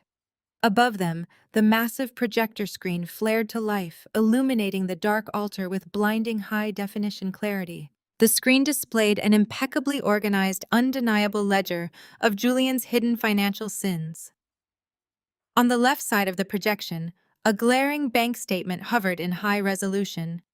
It showed Julian's personal offshore account, completely drained, operating at a massive deficit.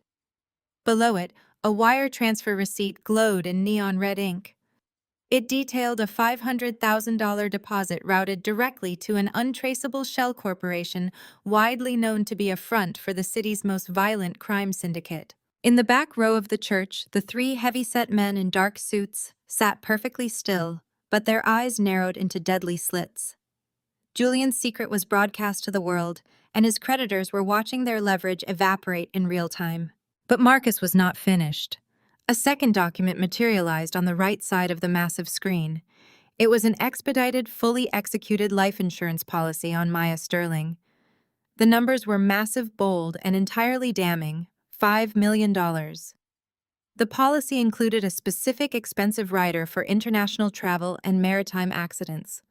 Julian's name was printed clearly at the bottom as the sole, uncontested beneficiary. The collective gasp from the elite crowd was deafening. It was a wave of pure visceral horror. They were looking at the digital blueprint of a meticulously planned assassination. Julian's polished, aristocratic facade completely disintegrated. The suave, arrogant golden boy vanished, replaced by a cornered, frantic rat. Sweat poured down his face, soaking the collar of his bespoke tuxedo shirt. He waved his arms wildly, his voice cracking into a high, hysterical pitch as he turned to face the horrified congregation. "This is a lie!" Julian screamed, his voice echoing violently off the stone columns. He pointed a trembling finger at the screen. "It is a fabrication. It is corporate sabotage. Hackers did this. Someone is trying to frame my family. Marcus, you have to listen to me. Someone breached your network. This is AI technology. This is a deep fake." Julian spun around to face Maya. He dropped to his knees, ignoring the sharp crease in his expensive trousers. He reached out desperately, trying to grab the hem of her custom ivory gown. "Maya, look at me," Julian begged, tears of pure terror welling in his eyes. "You know how much I love you. We are meant to be together. I would never hurt you. I would die for you. You have to believe me. This is a setup. Someone is trying to destroy our perfect day." Maya looked down at the pathetic sweating man groveling at her feet. Her expression was a masterpiece of absolute freezing disdain. She did not shed a tear. She did not tremble. She looked at him the way one might look at a venomous insect crawling across the floor. She slowly raised her hands and released her grip on her cascading bridal bouquet. The expensive arrangement of white orchids and imported roses hit the marble floor with a soft, heavy thud. The symbolic gesture commanded the immediate attention of every single person in the room. The frantic whispers of the crowd died instantly.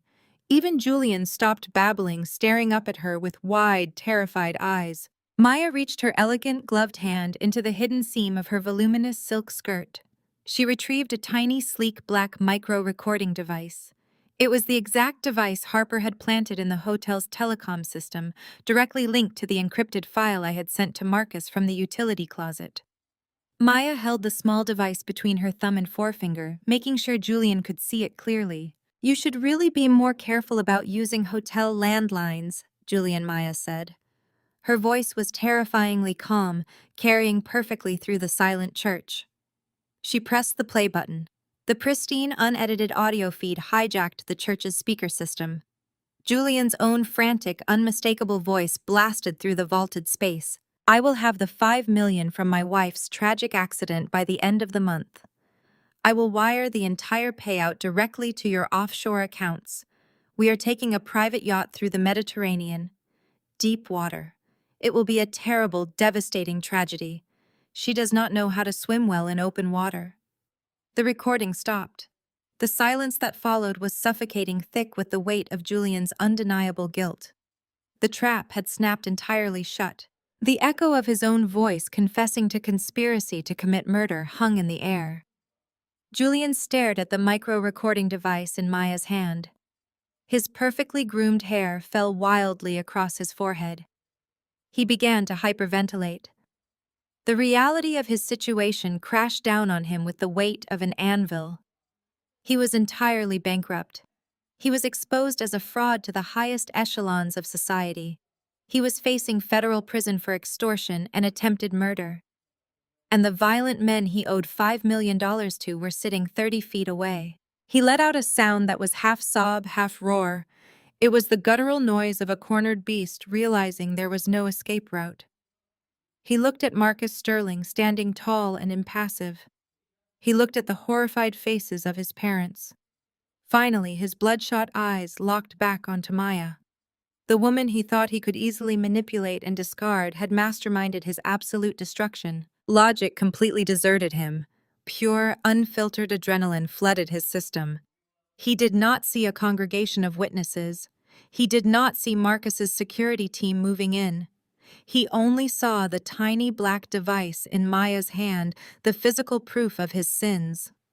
With a visceral scream, Julian lunged forward. He launched himself up the altar steps, his hands outstretched like claws, aiming directly for Maya's throat. He wanted to silence her. He wanted to crush the device. He wanted to wipe that freezing look of triumph off her face. The sudden burst of violence in the middle of the serene, flower-draped altar sent a fresh wave of panic through the crowd. Guests shrieked and scrambled backward, climbing over heavy oak pews in a desperate bid to get out of the way. I did not think. I simply reacted. All the years of biting my tongue, of swallowing their insults, of playing the obedient, invisible charity case, crystallized into pure kinetic energy. I launched myself from the front pew. The emerald silk of my suit snapped tight as I sprinted across the gap between us. I hit Julian with the force of a freight train, just as his fingers grazed the lace of Maya's veil. My shoulder slammed directly into his ribcage. The impact drove the air from his lungs in a violent whoosh. We went down hard. The sickening crack of his jaw hitting the polished marble floor echoed over the screams of the guests. I did not give him a fraction of a second to recover. I pinned his back to the cold stone, grabbing his flailing wrists and twisting his arms painfully behind him. He thrashed beneath me, spitting blood and cursing wildly, but I pressed my knee firmly between his shoulder blades, locking him in place. At the very back of the church, the three muscular men in the poorly fitted suits made their move. They were professionals. They saw the federal evidence projected on the screen, they saw Julian pinned to the floor, and they calculated that their $5 million investment was a total loss. They rose in unison, spinning on their heels to bolt for the exit. They did not make it. Marcus Sterling had anticipated everything. Before the mobsters could take 3 steps, the heavy mahogany doors slammed shut. The metallic clack of industrial deadbolts sliding into place sounded like gunshots. Marcus's elite security detail men, who looked less like bouncers and more like tactical operatives, stepped out of the shadows. They formed an impenetrable wall of muscle and Kevlar in front of the exits, their hands resting casually near their waistbands. The mobsters stopped dead in their tracks, realizing they were completely trapped. The entire church was a locked vault of chaos. On the floor, Julian writhed under my grip, sobbing in pain and humiliation. That was the moment Sylvia finally broke. The sight of her precious golden boy, the son she had idolized and worshipped, being physically dominated by the woman she viewed as dirt, completely shattered her fragile sanity. She let out an ear-piercing shriek and charged the altar. She did not go for Maya or Marcus. She came straight for me. I barely caught the blur of her movement in my peripheral vision, before her pointed designer heel connected viciously with my ribs. The sharp pain shot through my torso, but I refused to release my grip on Julian. Sylvia raised her foot to strike again, her face contorted into a mask of absolute rabid hatred. "Let go of my son, you jealous adopted piece of trash. You were always a mistake." I caught Sylvia's ankle mid-swing. My grip was unyielding, locking onto her leg with the force of a steel trap. I shoved her backward, sending her stumbling awkwardly into a towering arrangement of white lilies. She hit the floor in a tangle of expensive chiffon and misplaced rage. 2 of Marcus's tactical guards immediately stepped in, hauling Julian off the marble floor by his armpits and pinning him securely against the heavy oak railing of the altar. I stood up, casually smoothing the front of my emerald suit, completely untouched by Sylvia's violent outburst. I walked over to the trembling priest and gently took the microphone from his sweating hands. The audio feedback whined sharply for a fraction of a second before I stabilized it. I turned to face Sylvia, who was currently being restrained by another guard, her face a horrific mask of smeared makeup and panic. "Adopted?" I echoed, my voice carrying a lethal, icy calm through the cavernous church. "That is a very funny way to pronounce kidnapped." I raised my free hand. The massive projector screen behind me flashed instantly, replacing the damning evidence of Julian's mob debts with something far more sinister. A high-resolution split screen materialized. On the left side, a certified glowing DNA analysis report hovered in stark black and white, highlighting a perfect genetic match. On the right, a series of yellow digitized newspaper clippings from 30 years ago filled the canvas. The bold black headlines practically screamed off the screen. "Prominent heiress Eleanor Vance found murdered. Infant daughter missing. Case remains cold." Underneath the headlines was a photograph of Eleanor Vance. The collective gasp from the elite congregation was deafening. The resemblance was undeniable. Looking at the screen was like looking into a mirror. The murmurs escalated into a frenzied, chaotic uproar. Socialites covered their mouths in horror, their expensive jewelry clinking against their teeth.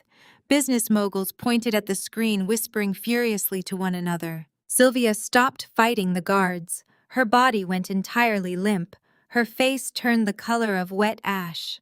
She stared at the photograph of the woman she had robbed, her eyes wide with a terror that made Julian's previous panic look insignificant. "I am not a charity case, Sylvia," I announced, my voice slicing through the noise and forcing the room back into a stunned, breathless silence.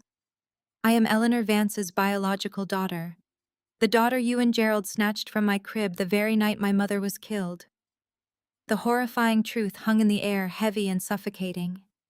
I paced slowly across the altar, commanding the space, making sure every single guest absorbed the reality of the monsters sitting in the front row. You did not take me in out of the goodness of your hearts. I continued, my words striking like physical blows. You stole me to gain access to the Vance family trust. Gerald used his position at the law firm to forge the probate documents. You declared Eleanor's child missing and presumed dead, completely halting the police investigation. Then miraculously, you adopted an undocumented orphan just months later. It was a perfect, untraceable shell game. You funneled the Vance estate into offshore accounts, washing the blood money clean before bringing it back to fund the Wilson empire. I pointed a sharp finger at Julian, who was now staring at his parents in absolute shock. Even he had not known the true depths of their depravity. You used my inheritance to fund his entire pathetic existence, I stated, my voice echoing violently off the stone columns. You bought his sports cars, you paid for his Ivy League education, and you bankrolled his fake startup with the millions that rightfully belonged to me. And while you dressed him in custom silk, you dressed me in rags. You forced me to scrub your floors and serve your meals. You kept the true heir enslaved in your own house, so you could keep a constant sadistic eye on your stolen asset. It was not enough to steal my life. You had to humiliate me daily to satisfy your own twisted superiority complex. Sylvia was completely mute. Her mouth opened and closed, but her vocal cords refused to work. The illusion of her high society grace was permanently shattered. She was nothing but a common violent thief exposed in front of the city's most powerful people. My eyes snapped to Gerald. He was not looking at the screen. He was not looking at his wife, who was hyperventilating, or his son, who was pinned against the altar facing federal extortion charges. He was looking at the side exit near the choir loft. Gerald was a survivor. He was a rat who knew exactly when a sinking ship was going down. While all eyes were glued to the horrifying revelations on the screen, Gerald slowly backed away from the front pew. He sidestepped a floral arrangement, keeping his head down, and broke into a desperate, pathetic sprint toward the heavy oak doors leading to the church's side alley.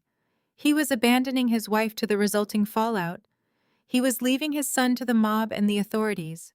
He only cared about saving his own miserable skin. He reached the exit. He slammed his manicured hands against the brass push bar of the side doors. The doors did not budge. They were entirely locked from the outside. He pushed harder, letting out a frantic grunt of exertion, his shoulders heaving with panic. "Excuse me, sir." A calm, authoritative voice echoed from the aisle directly behind him. Gerald spun around, his back pressed flat against the locked oak doors. 5 men and women who had been sitting quietly in the middle pews throughout the entire ceremony stood up in perfect unison. They were not wearing designer wedding attire. They wore functional dark suits. They reached into their jackets and pulled out solid gold badges, letting them hang prominently over their lapels. They were plainclothes FBI agents. They had been sitting there the entire time, blending in with the wealthy crowd, listening to every single word and waiting for the trap to close. Gerald Wilson, the lead agent, said, stepping forward with a pair of heavy steel handcuffs glinting in the church lights. "You are under arrest." The metallic click of the handcuffs locking around Gerald's wrists echoed like a gunshot through the silent church. He did not fight back. He slumped against the heavy oak doors, his expensive tailored suit instantly looking like a prison uniform as the federal agents patted him down and read him his rights in a low, authoritative drone. I turned my attention back to the altar. Sylvia was frozen, her mouth open in a silent, horrified scream as she watched her husband, her co-conspirator, being hauled away. The elite congregation watched in absolute shock. The untouchable Wilson family was being dismantled brick by brick in real time. But I was not finished. The kidnapping revelation was merely the prologue to my vengeance. I tapped the remote control in my hand. The massive projector screen behind me shifted again. The DNA results and the yellowed newspaper clippings vanished. In their place, a highly detailed professional corporate dossier appeared. The header displayed the insignia of a top-tier international financial investigation firm. Below it, my face was pictured next to a list of credentials that made the business moguls in the front rows sit up straight. "I am not just Eleanor Vance's stolen daughter," I announced, my voice carrying crystalline clarity across the stunned crowd. "I am a certified forensic accountant. I specialize in tracking offshore shell companies, corporate embezzlement, and international wire fraud. I have spent the last 5 years dismantling corrupt financial empires for federal task forces, and for the past 12 months, I have made the Wilson family my exclusive personal project. I clicked the remote. A dizzying array of spreadsheets, tax returns, and corporate flowcharts flooded the screen. Red lines connected dummy corporations in the Cayman Islands back to the Wilsons' primary holding company. Pages of offshore routing numbers scrolled past alongside falsified tax declarations and forged vendor invoices. Let us talk about your immense wealth. Sylvia, I said, stepping closer to her trembling form. Let us talk about how you afford the exclusive country club memberships, the bespoke Italian suits, and the private jet charters. Let us discuss the exact mechanics of your fake superiority. I pointed to a massive graph highlighting 10 years of dense financial data. Gerald used his position as a corporate attorney to set up a labyrinth of fraudulent trusts. I explained, walking the crowd through the digital evidence like a professor addressing a classroom. But he was incredibly sloppy. You both were blinded by your own greed. Over the last decade, you systematically laundered stolen money through phantom real estate developments. You funneled cash into construction projects that never broke ground. You evaded millions in federal taxes by declaring massive operational losses on companies that existed only on paper. You committed interstate wire fraud every single time you transferred those illicit funds to prop up Julian's failing tech startup. The wealthy guests began whispering frantically. The very people Sylvia had spent decades trying to impress were now looking at her with absolute disgust. The distinguished senators and tech billionaires in the front pews murmured in outrage. They were doing the math. They realized every gala, every charity dinner, and every lavish holiday party the Wilsons had ever hosted was funded by blood money and federal crimes. They shifted away from the center aisle, physically distancing themselves from the toxic fallout. Sylvia shook her head wildly. Her perfectly coiffed hair was a tangled, frantic mess. "It is a lie," she shrieked, though her voice lacked any of its former power. It sounded thin, reedy, and pathetic. "We are wealthy. We are powerful. We own half the estates in this city." I let out a harsh, echoing laugh that silenced her. "You own absolutely nothing." I clicked the remote one final time. A stark, legally binding document materialized on the screen. It bore the heavy, undeniable seal of a federal bankruptcy court. Across the top, stamped in glaring red ink, was the word "foreclosed." "I tracked every single one of your debts, Sylvia." I stated, my tone merciless. "I tracked the massive hidden leverage you used to maintain your pathetic illusion of high society. You were leveraged to the absolute hilt. So using my own recovered inheritance, I systematically bought up every single one of your outstanding loans.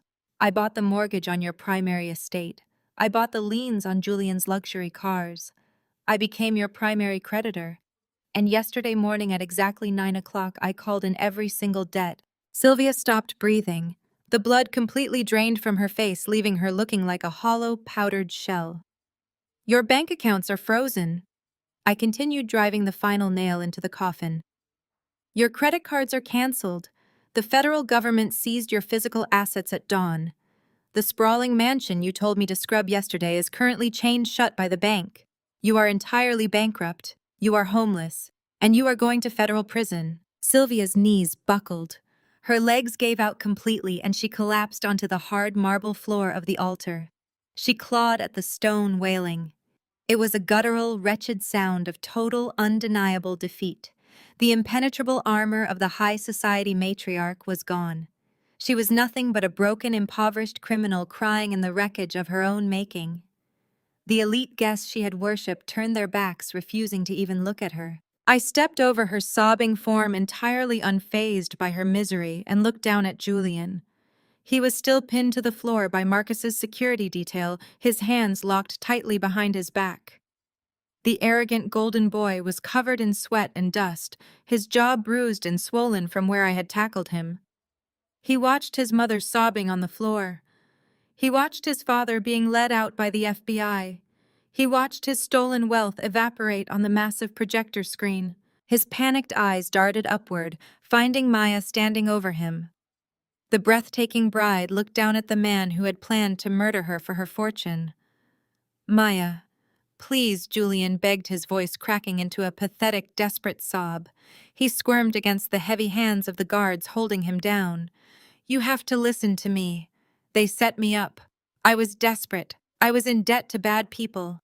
They made me say those things on the tape. I did not mean any of it. Maya did not flinch. She stood perfectly still, her cathedral-length veil pooling like liquid ivory around her feet. I love you, Julian cried, tears spilling over his bruised cheeks, mixing with the dust on the floor. I swear to God, Maya, I truly loved you. I still love you. We can fix this. Please just forgive me. Maya slowly bent down. Her movements were smooth, deliberate, and entirely unbothered. She knelt until her flawless porcelain face was mere inches from Julian's tear-streaked, bruised cheek. The heavy silk of her cathedral-length gown pooled around them like a pristine white moat, visually separating the victorious bride from the ruined groom. Julian gazed up at her with a pathetic, wavering hope. He genuinely believed his desperate pleas were working. He thought his charm, the same toxic manufactured charm he had used to manipulate his way through his entire privileged life, was going to save him one last time. Maya smiled. It was not the warm, adoring smile she had worn during their engagement photos, nor was it the polite, practiced curve she offered to high society reporters. It was a freezing, predatory smirk. She reached up with her right hand and grasped the massive, glittering engagement ring sitting heavily on her left ring finger. You could not even afford the ring you gave me, Maya said. Her voice dropped to a low conversational volume, yet it somehow still carried the lethal weight of a judge reading a final sentence. Julian blinked, his frantic sobbing halting for a fraction of a second. Absolute confusion washed over his battered face. Maya slid the enormous stone off her finger. She held it up between her thumb and forefinger, letting the harsh glare of the projector screen catch the facets of the rock. I have to admit, it looks incredibly convincing to the naked eye, Maya continued, her tone dripping with mock admiration. But my father did not build an international financial empire by trusting appearances. I had this appraised by our private family jeweler 3 weeks ago. It is completely worthless.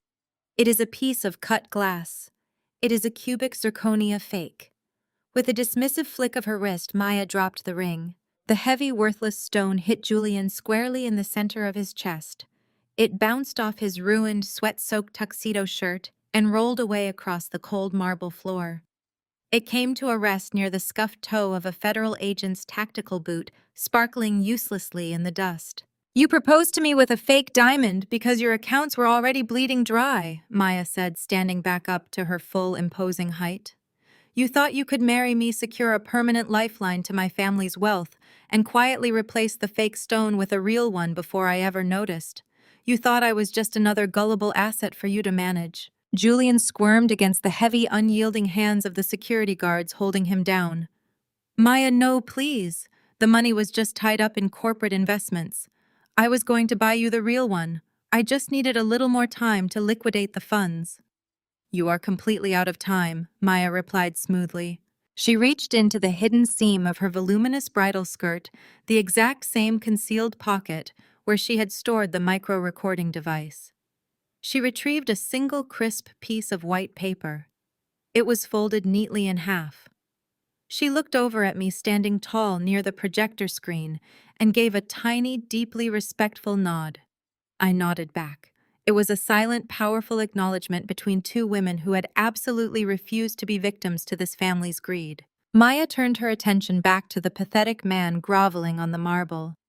I have one final piece of business to settle before the authorities drag you away, Maya announced. She flicked her wrist, unfolding the paper with a sharp, crisp snap. She dropped the document. It fluttered down like a falling leaf, landing directly on Julian's face, before sliding down to rest next to the fake diamond on his chest. Julian strained his neck downward, his bloodshot eyes trying to focus on the bold black text printed on the heavy cardstock. It is an invoice for $500. Maya stated, projecting her voice so the entire congregation could hear the final nail being driven into the Wilson family coffin. "That is for Harper's dry cleaning. You ruined her emerald suit when you threw a tantrum and spilled wine on her at the rehearsal dinner. Pay up before you go to federal prison." The sheer magnificent pettiness of the demand hung in the air. Julian Wilson, a man who had just been exposed for laundering millions of dollars running extortion rings, stealing an inheritance, and planning a maritime assassination, was being publicly held accountable for a dry cleaning bill. It was the ultimate degradation. It reduced him from a high society mastermind to a common ill-mannered vandal. For a moment, the church was so quiet you could hear the distinct rhythmic patter of rain beginning to fall against the massive stained glass windows. A heavy storm was rolling in, darkening the skies outside and making the artificial lights of the altar seem even brighter. Then the silence broke. Marcus Sterling stood up from his position near the front pew. He raised his hands and began to clap. The sound was slow, deliberate, and thunderous. Beside him, Maya's mother joined in. Then her cousins, her uncles, and the entire board of directors from the Sterling Empire followed suit. The applause rolled backward through the pews like a tidal wave.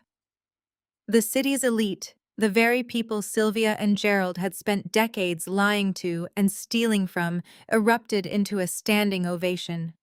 They were clapping for Maya's brilliant deception. They were clapping for my absolute forensic takedown. And they were cheering for the complete, undeniable destruction of the Wilson family. The sound of hundreds of wealthy guests applauding his ruin was the final psychological blow. Julian buried his face in the cold marble and wept uncontrollably, a broken, defeated shell of a man. The lead FBI agent did not wait for the applause to die down. He signaled to his team with a sharp, authoritative nod. The plainclothes agents moved in with brutal, practiced efficiency. They hauled Julian roughly to his feet, ignoring his pained gasps as they yanked his arms upward to secure the heavy steel handcuffs around his wrists. On the other side of the altar, 2 more agents pulled a screaming, hysterical Sylvia up from the floor. Her designer dress was torn, her makeup ran in dark, muddy streaks down her face, and she kicked wildly at the agents, threatening them with high-priced lawsuits she could no longer afford. Gerald, who had surrendered without a fight at the side exit, was marched down the center aisle. His head was bowed in total disgrace, securely flanked by federal officers. The lead agent stepped forward. His voice easily cut through the applause and the escalating sound of the heavy rain lashing against the church roof. He looked directly at Julian, then at Sylvia, and finally at Gerald. "Julian Wilson, Sylvia Wilson, Gerald Wilson." The agent boomed, his voice a relentless hammer of justice.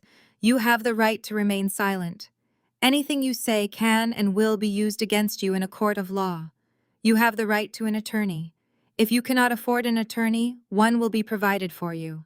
The rain battered the vaulted ceiling above us, a violent cleansing storm washing away decades of lies, theft, and unspeakable cruelty. I stood on the altar and watched the monsters who had stolen my life be marched out the heavy wooden doors and into the pouring rain. They were stepping into the back of federal transport vehicles, leaving their stolen empire behind in ashes. I took a deep, steadying breath of the cool, damp air rushing in from the open doors. For the first time in 30 years, the books were balanced, and I was completely free. The federal agents practically had to carry Sylvia. Her designer heels dragged uselessly against the polished marble aisle, leaving black, erratic scuff marks on the pristine stone.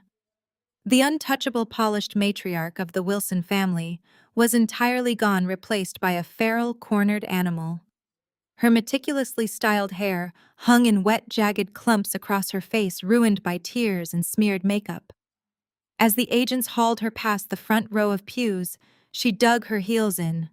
With a sudden burst of desperate strength, she twisted violently toward the altar, locking her furious, bloodshot eyes directly on me. "Harper, tell them to stop!" Sylvia shrieked.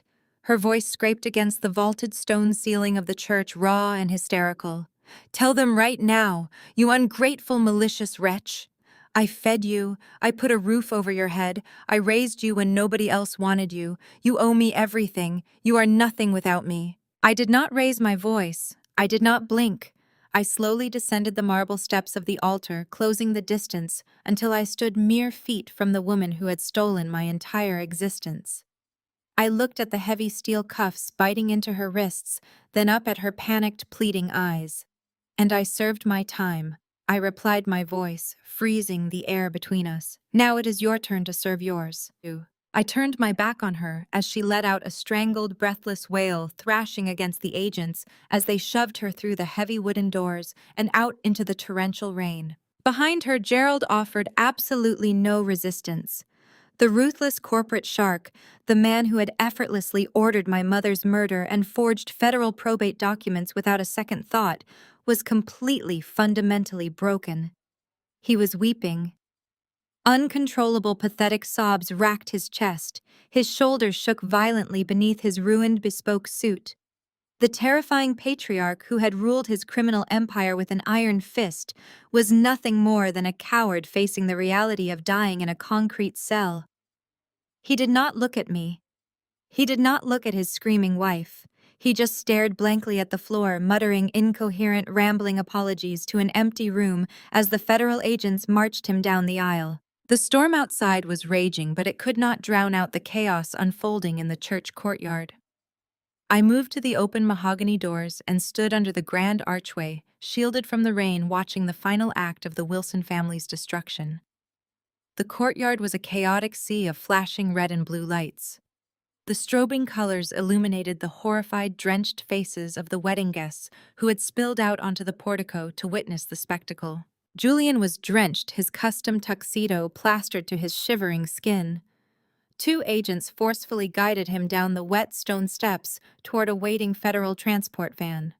As they pulled open the heavy metal side door, a fresh wave of primal panic hit him. Sitting securely handcuffed in the back row of the dark van were the three massive mobsters he owed $5 million to. The men sat perfectly still, staring at Julian with dead, predatory eyes. They had lost their investment, but they were going to have plenty of unsupervised time in federal holding with the man who had lost it for them. Julian screamed, planting his feet firmly on the wet asphalt and thrashing wildly against the agent's grip. "No, not with them!" Julian begged, his voice cracking with pure terror, tears mixed with the rain streaming down his bruised face. "Put me in a different car. You cannot put me in there. You do not understand. They are going to kill me. Please, I will tell you everything. Just keep me away from them." The federal agents ignored his frantic pleas. With a synchronized, effortless shove, they threw the arrogant golden boy into the dark interior of the transport van. He stumbled, falling hard against the metal floor, plating right at the feet of his creditors. The heavy steel doors slammed shut with a resounding metallic clank, instantly cutting off his frantic screams. The trap was permanently locked.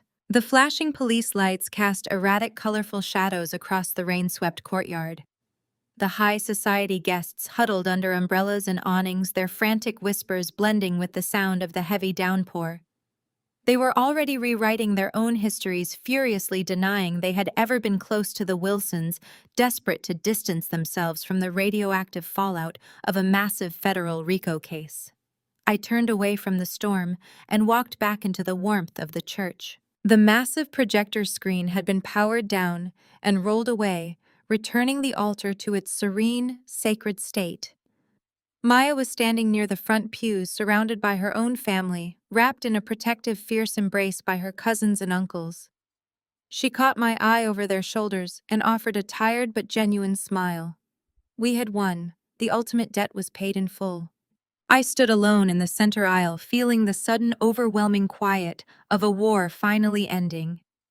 30 years of hiding in plain sight, of meticulously planning, of surviving the daily torture of the Wilson household had led to this exact moment.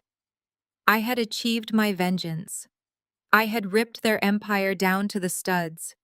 But as the adrenaline slowly drained from my system, leaving me physically exhausted, a new terrifying emptiness took its place.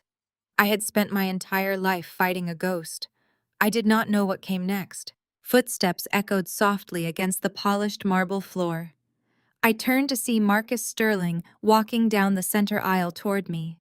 The imposing billionaire, a man known throughout the international business world for his ruthless composure and emotional distance, stopped a few feet away. His hands were trembling visibly. He looked at my face, his eyes tracing the features that perfectly mirrored the woman he had loved and lost 3 decades ago. The harsh, calculating lines of his face softened completely, breaking under the weight of an impossible miracle. Tears welled in his sharp, dark eyes, spilling over his cheeks unchecked. He took a hesitant, shaking step forward and slowly opened his arms. "Welcome home, Harper Sterling." I stepped forward and let myself be pulled into his embrace. For the first time in my entire existence, I did not feel the need to keep my guard up. Marcus held me tightly, his strong, steady presence radiating a warmth I had never known. This was not the transactional, conditional tolerance the Wilsons had offered me.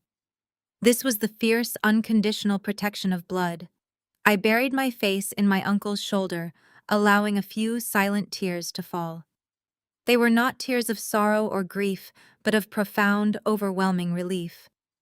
The long, exhausting war was finally over. I was safe.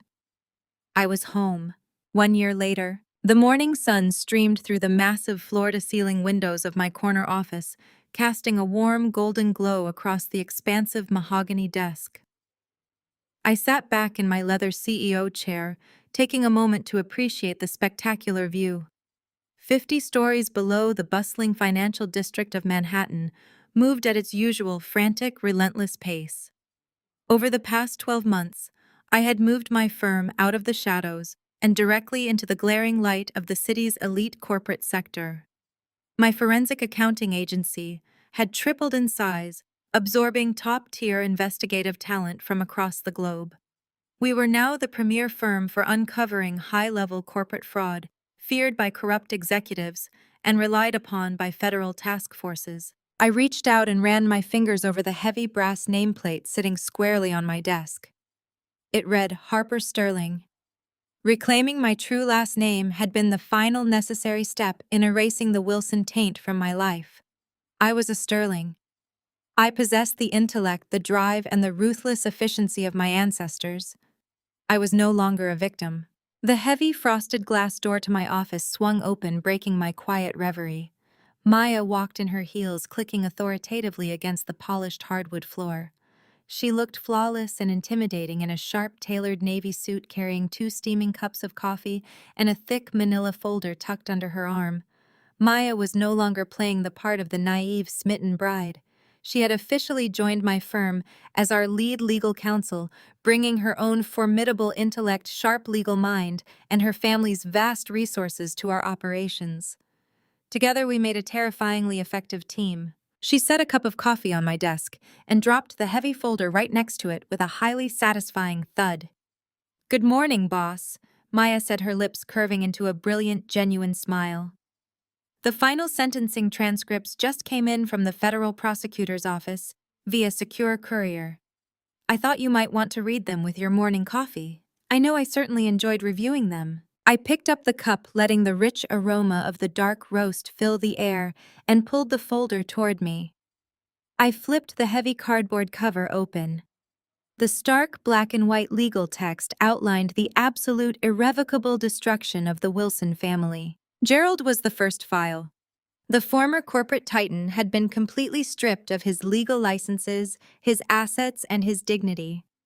The federal judge had shown absolutely no mercy for a man who had orchestrated the murder of an innocent woman simply to steal a child's inheritance. Gerald was sentenced to 25 years in a maximum security federal penitentiary. According to the internal reports Maya had highlighted, his health was already rapidly failing. His spirit entirely broken by the harsh, unforgiving reality of prison life. The man who had terrorized me was now nothing more than a frail, terrified inmate. I turned the page. Sylvia's sentencing report was next.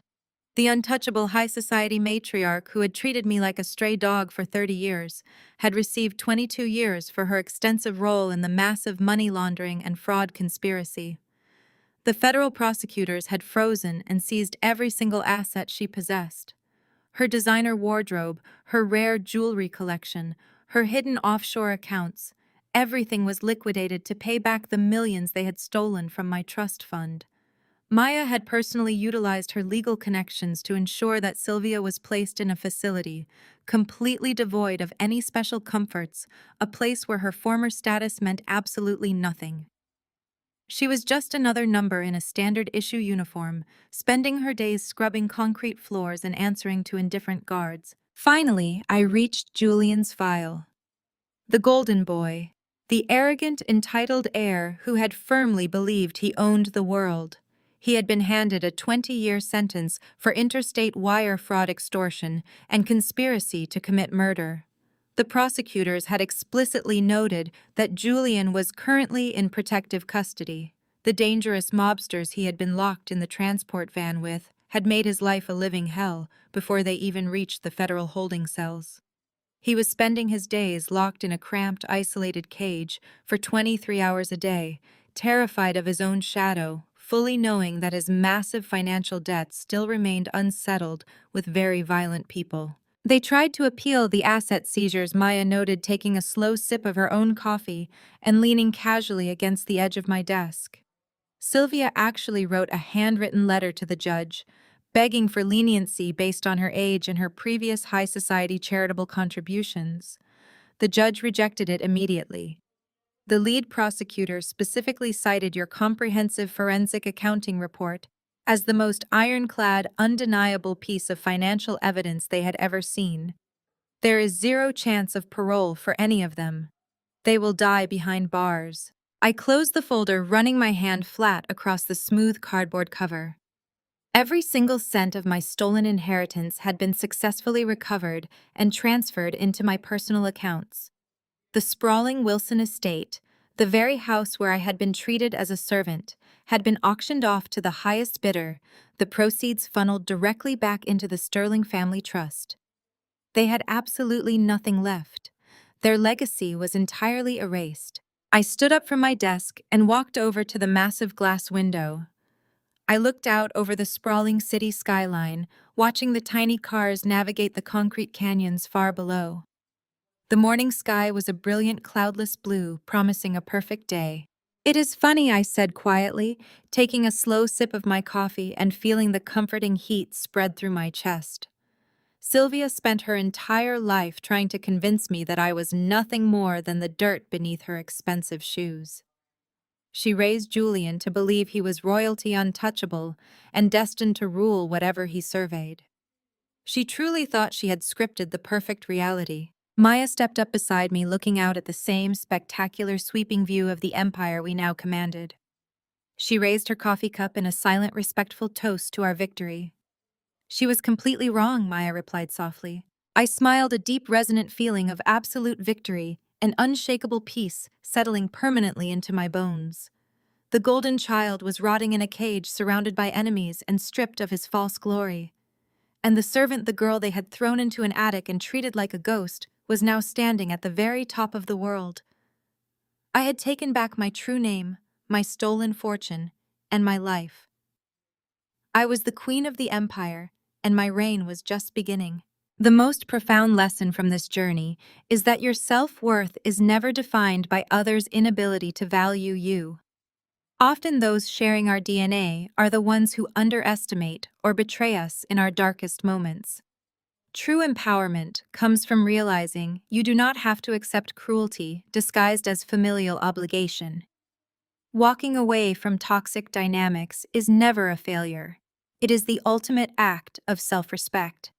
By setting firm boundaries and forging your own path, you create room for genuine love and a chosen family. Share this message to empower someone today and tell us your thoughts in the comments below.